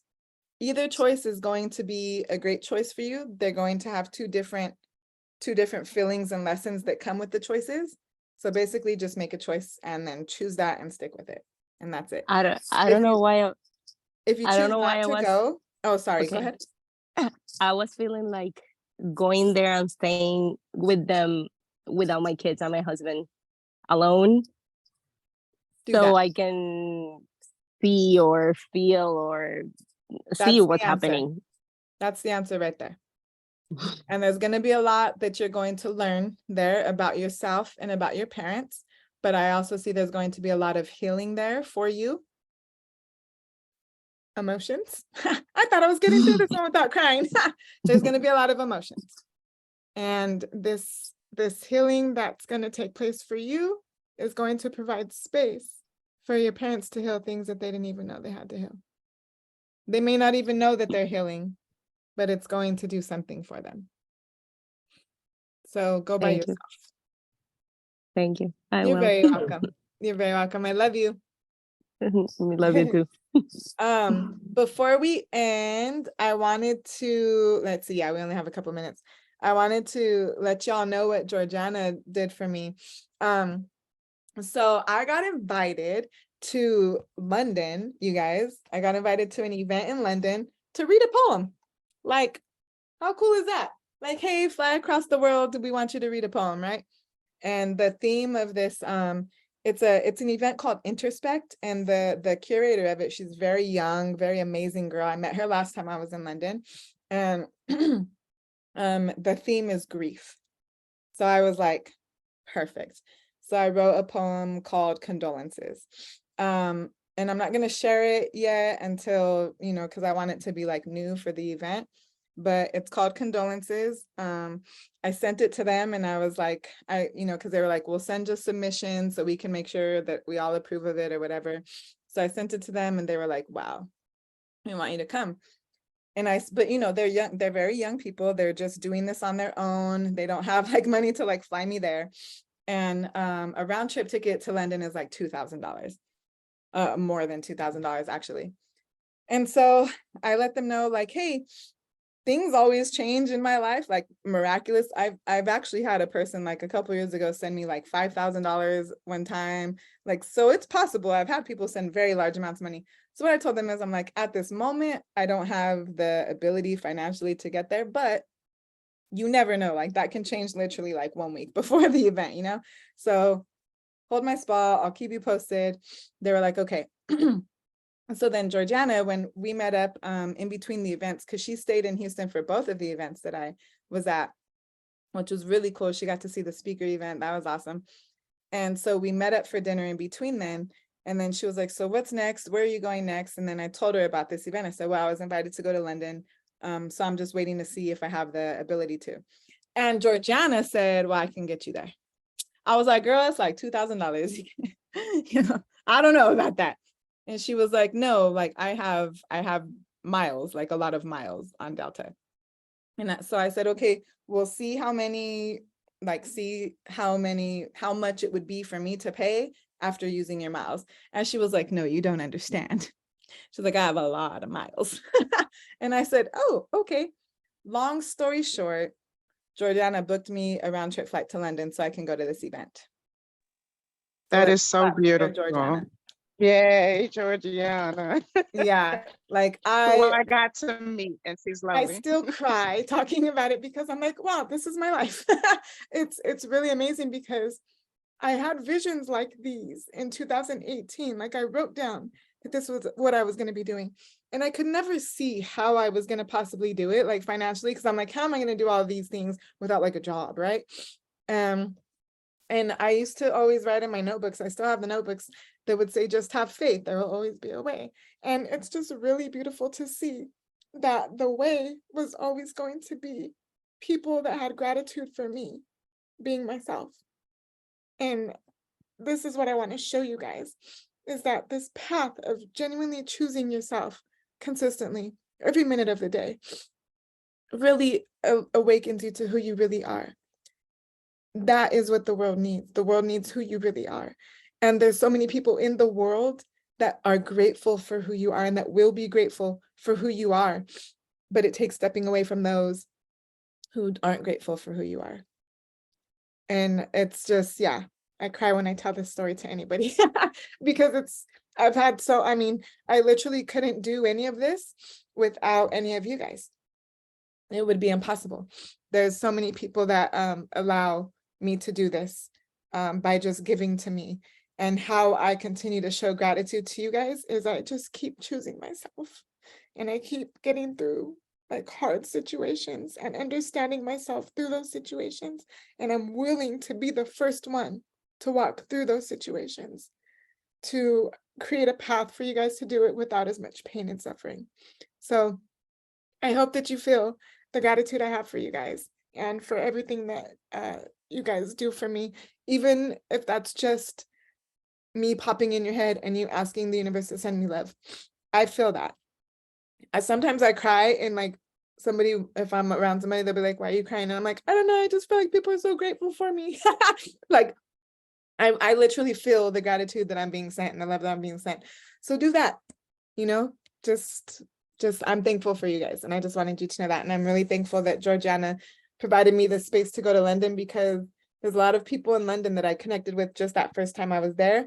And they're actually going to be, I already invited them to the event and they're all going. There's like 5 people already going from London that I met in London. So thank you, Georgiana. I appreciate it so much. Yeah. Anybody have anything else before we go? It's 5 o'clock. I just want to say something really quick. Yes, please. I know I've written testimonies and I've told you what you mean to me, but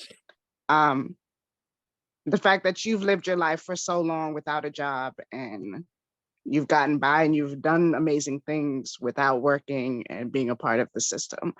And in September of 2021, my spirit told me to leave my job.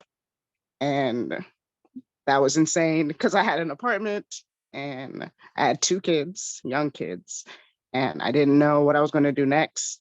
But my spirit told me I just couldn't do that anymore. A job I'd loved before and enjoyed before. And so I left that job, and I have not worked since September of 2021. And I have been kept this entire time. And you showed me that that was possible. And I never thought that'd be possible. And there were so many times where I was so scared because like the rent was due and I was months behind, and then things would fall, come through for me, or people would give me money, or things would come in right when I needed it. And the fact that I've made it this long, it's just proof that this is real. Yes. And proof that I'm walking in my path and that I've done the healing, and you've helped me. You've helped me so much get to that place. Thank you. Where I could trust God and trust the God inside of me. So thank you so much thank you for listening. Thank you for listening to yourself. Thank you for listening to that call and allowing me to be that person. Thank you so much. Such a beautiful space. Thank you. I'm grateful for you. I'm grateful for all of you guys. You're here, you're doing it, you're choosing something different. And I'm grateful for that, because that's what's changing the world. Never forget to give yourself gratitude, and know that whenever you feel alone or unsupported, just know that as long as I'm alive, you are not alone and you are fully supported. And I'm proud of everything that you do every minute of the day. Thank you so much. I think we'll sign off with that. Is everybody good? Let me unmute yourself so that we can say bye with our cry faces. I don't even care about a cry face no more. I'm crying all the time. Okay. Is everybody unmuted? Let's unmute. Yeah. Come on, don't be scared. Don't be nervous. All right, let me turn my volume up. Hold on. Let me see. Okay. And a big 1, 2, Bye. 3. I love you. I love you. Thank you so Bye. much. Thank you. Love Bye. you guys. See you, Bye. see you Bye. next Thank you, Thursday. Shanna. Bye. Bye. Bye. Bye. Bye. Bye. Thank you. You're Bye. welcome. Mom, we're saying bye. Aw.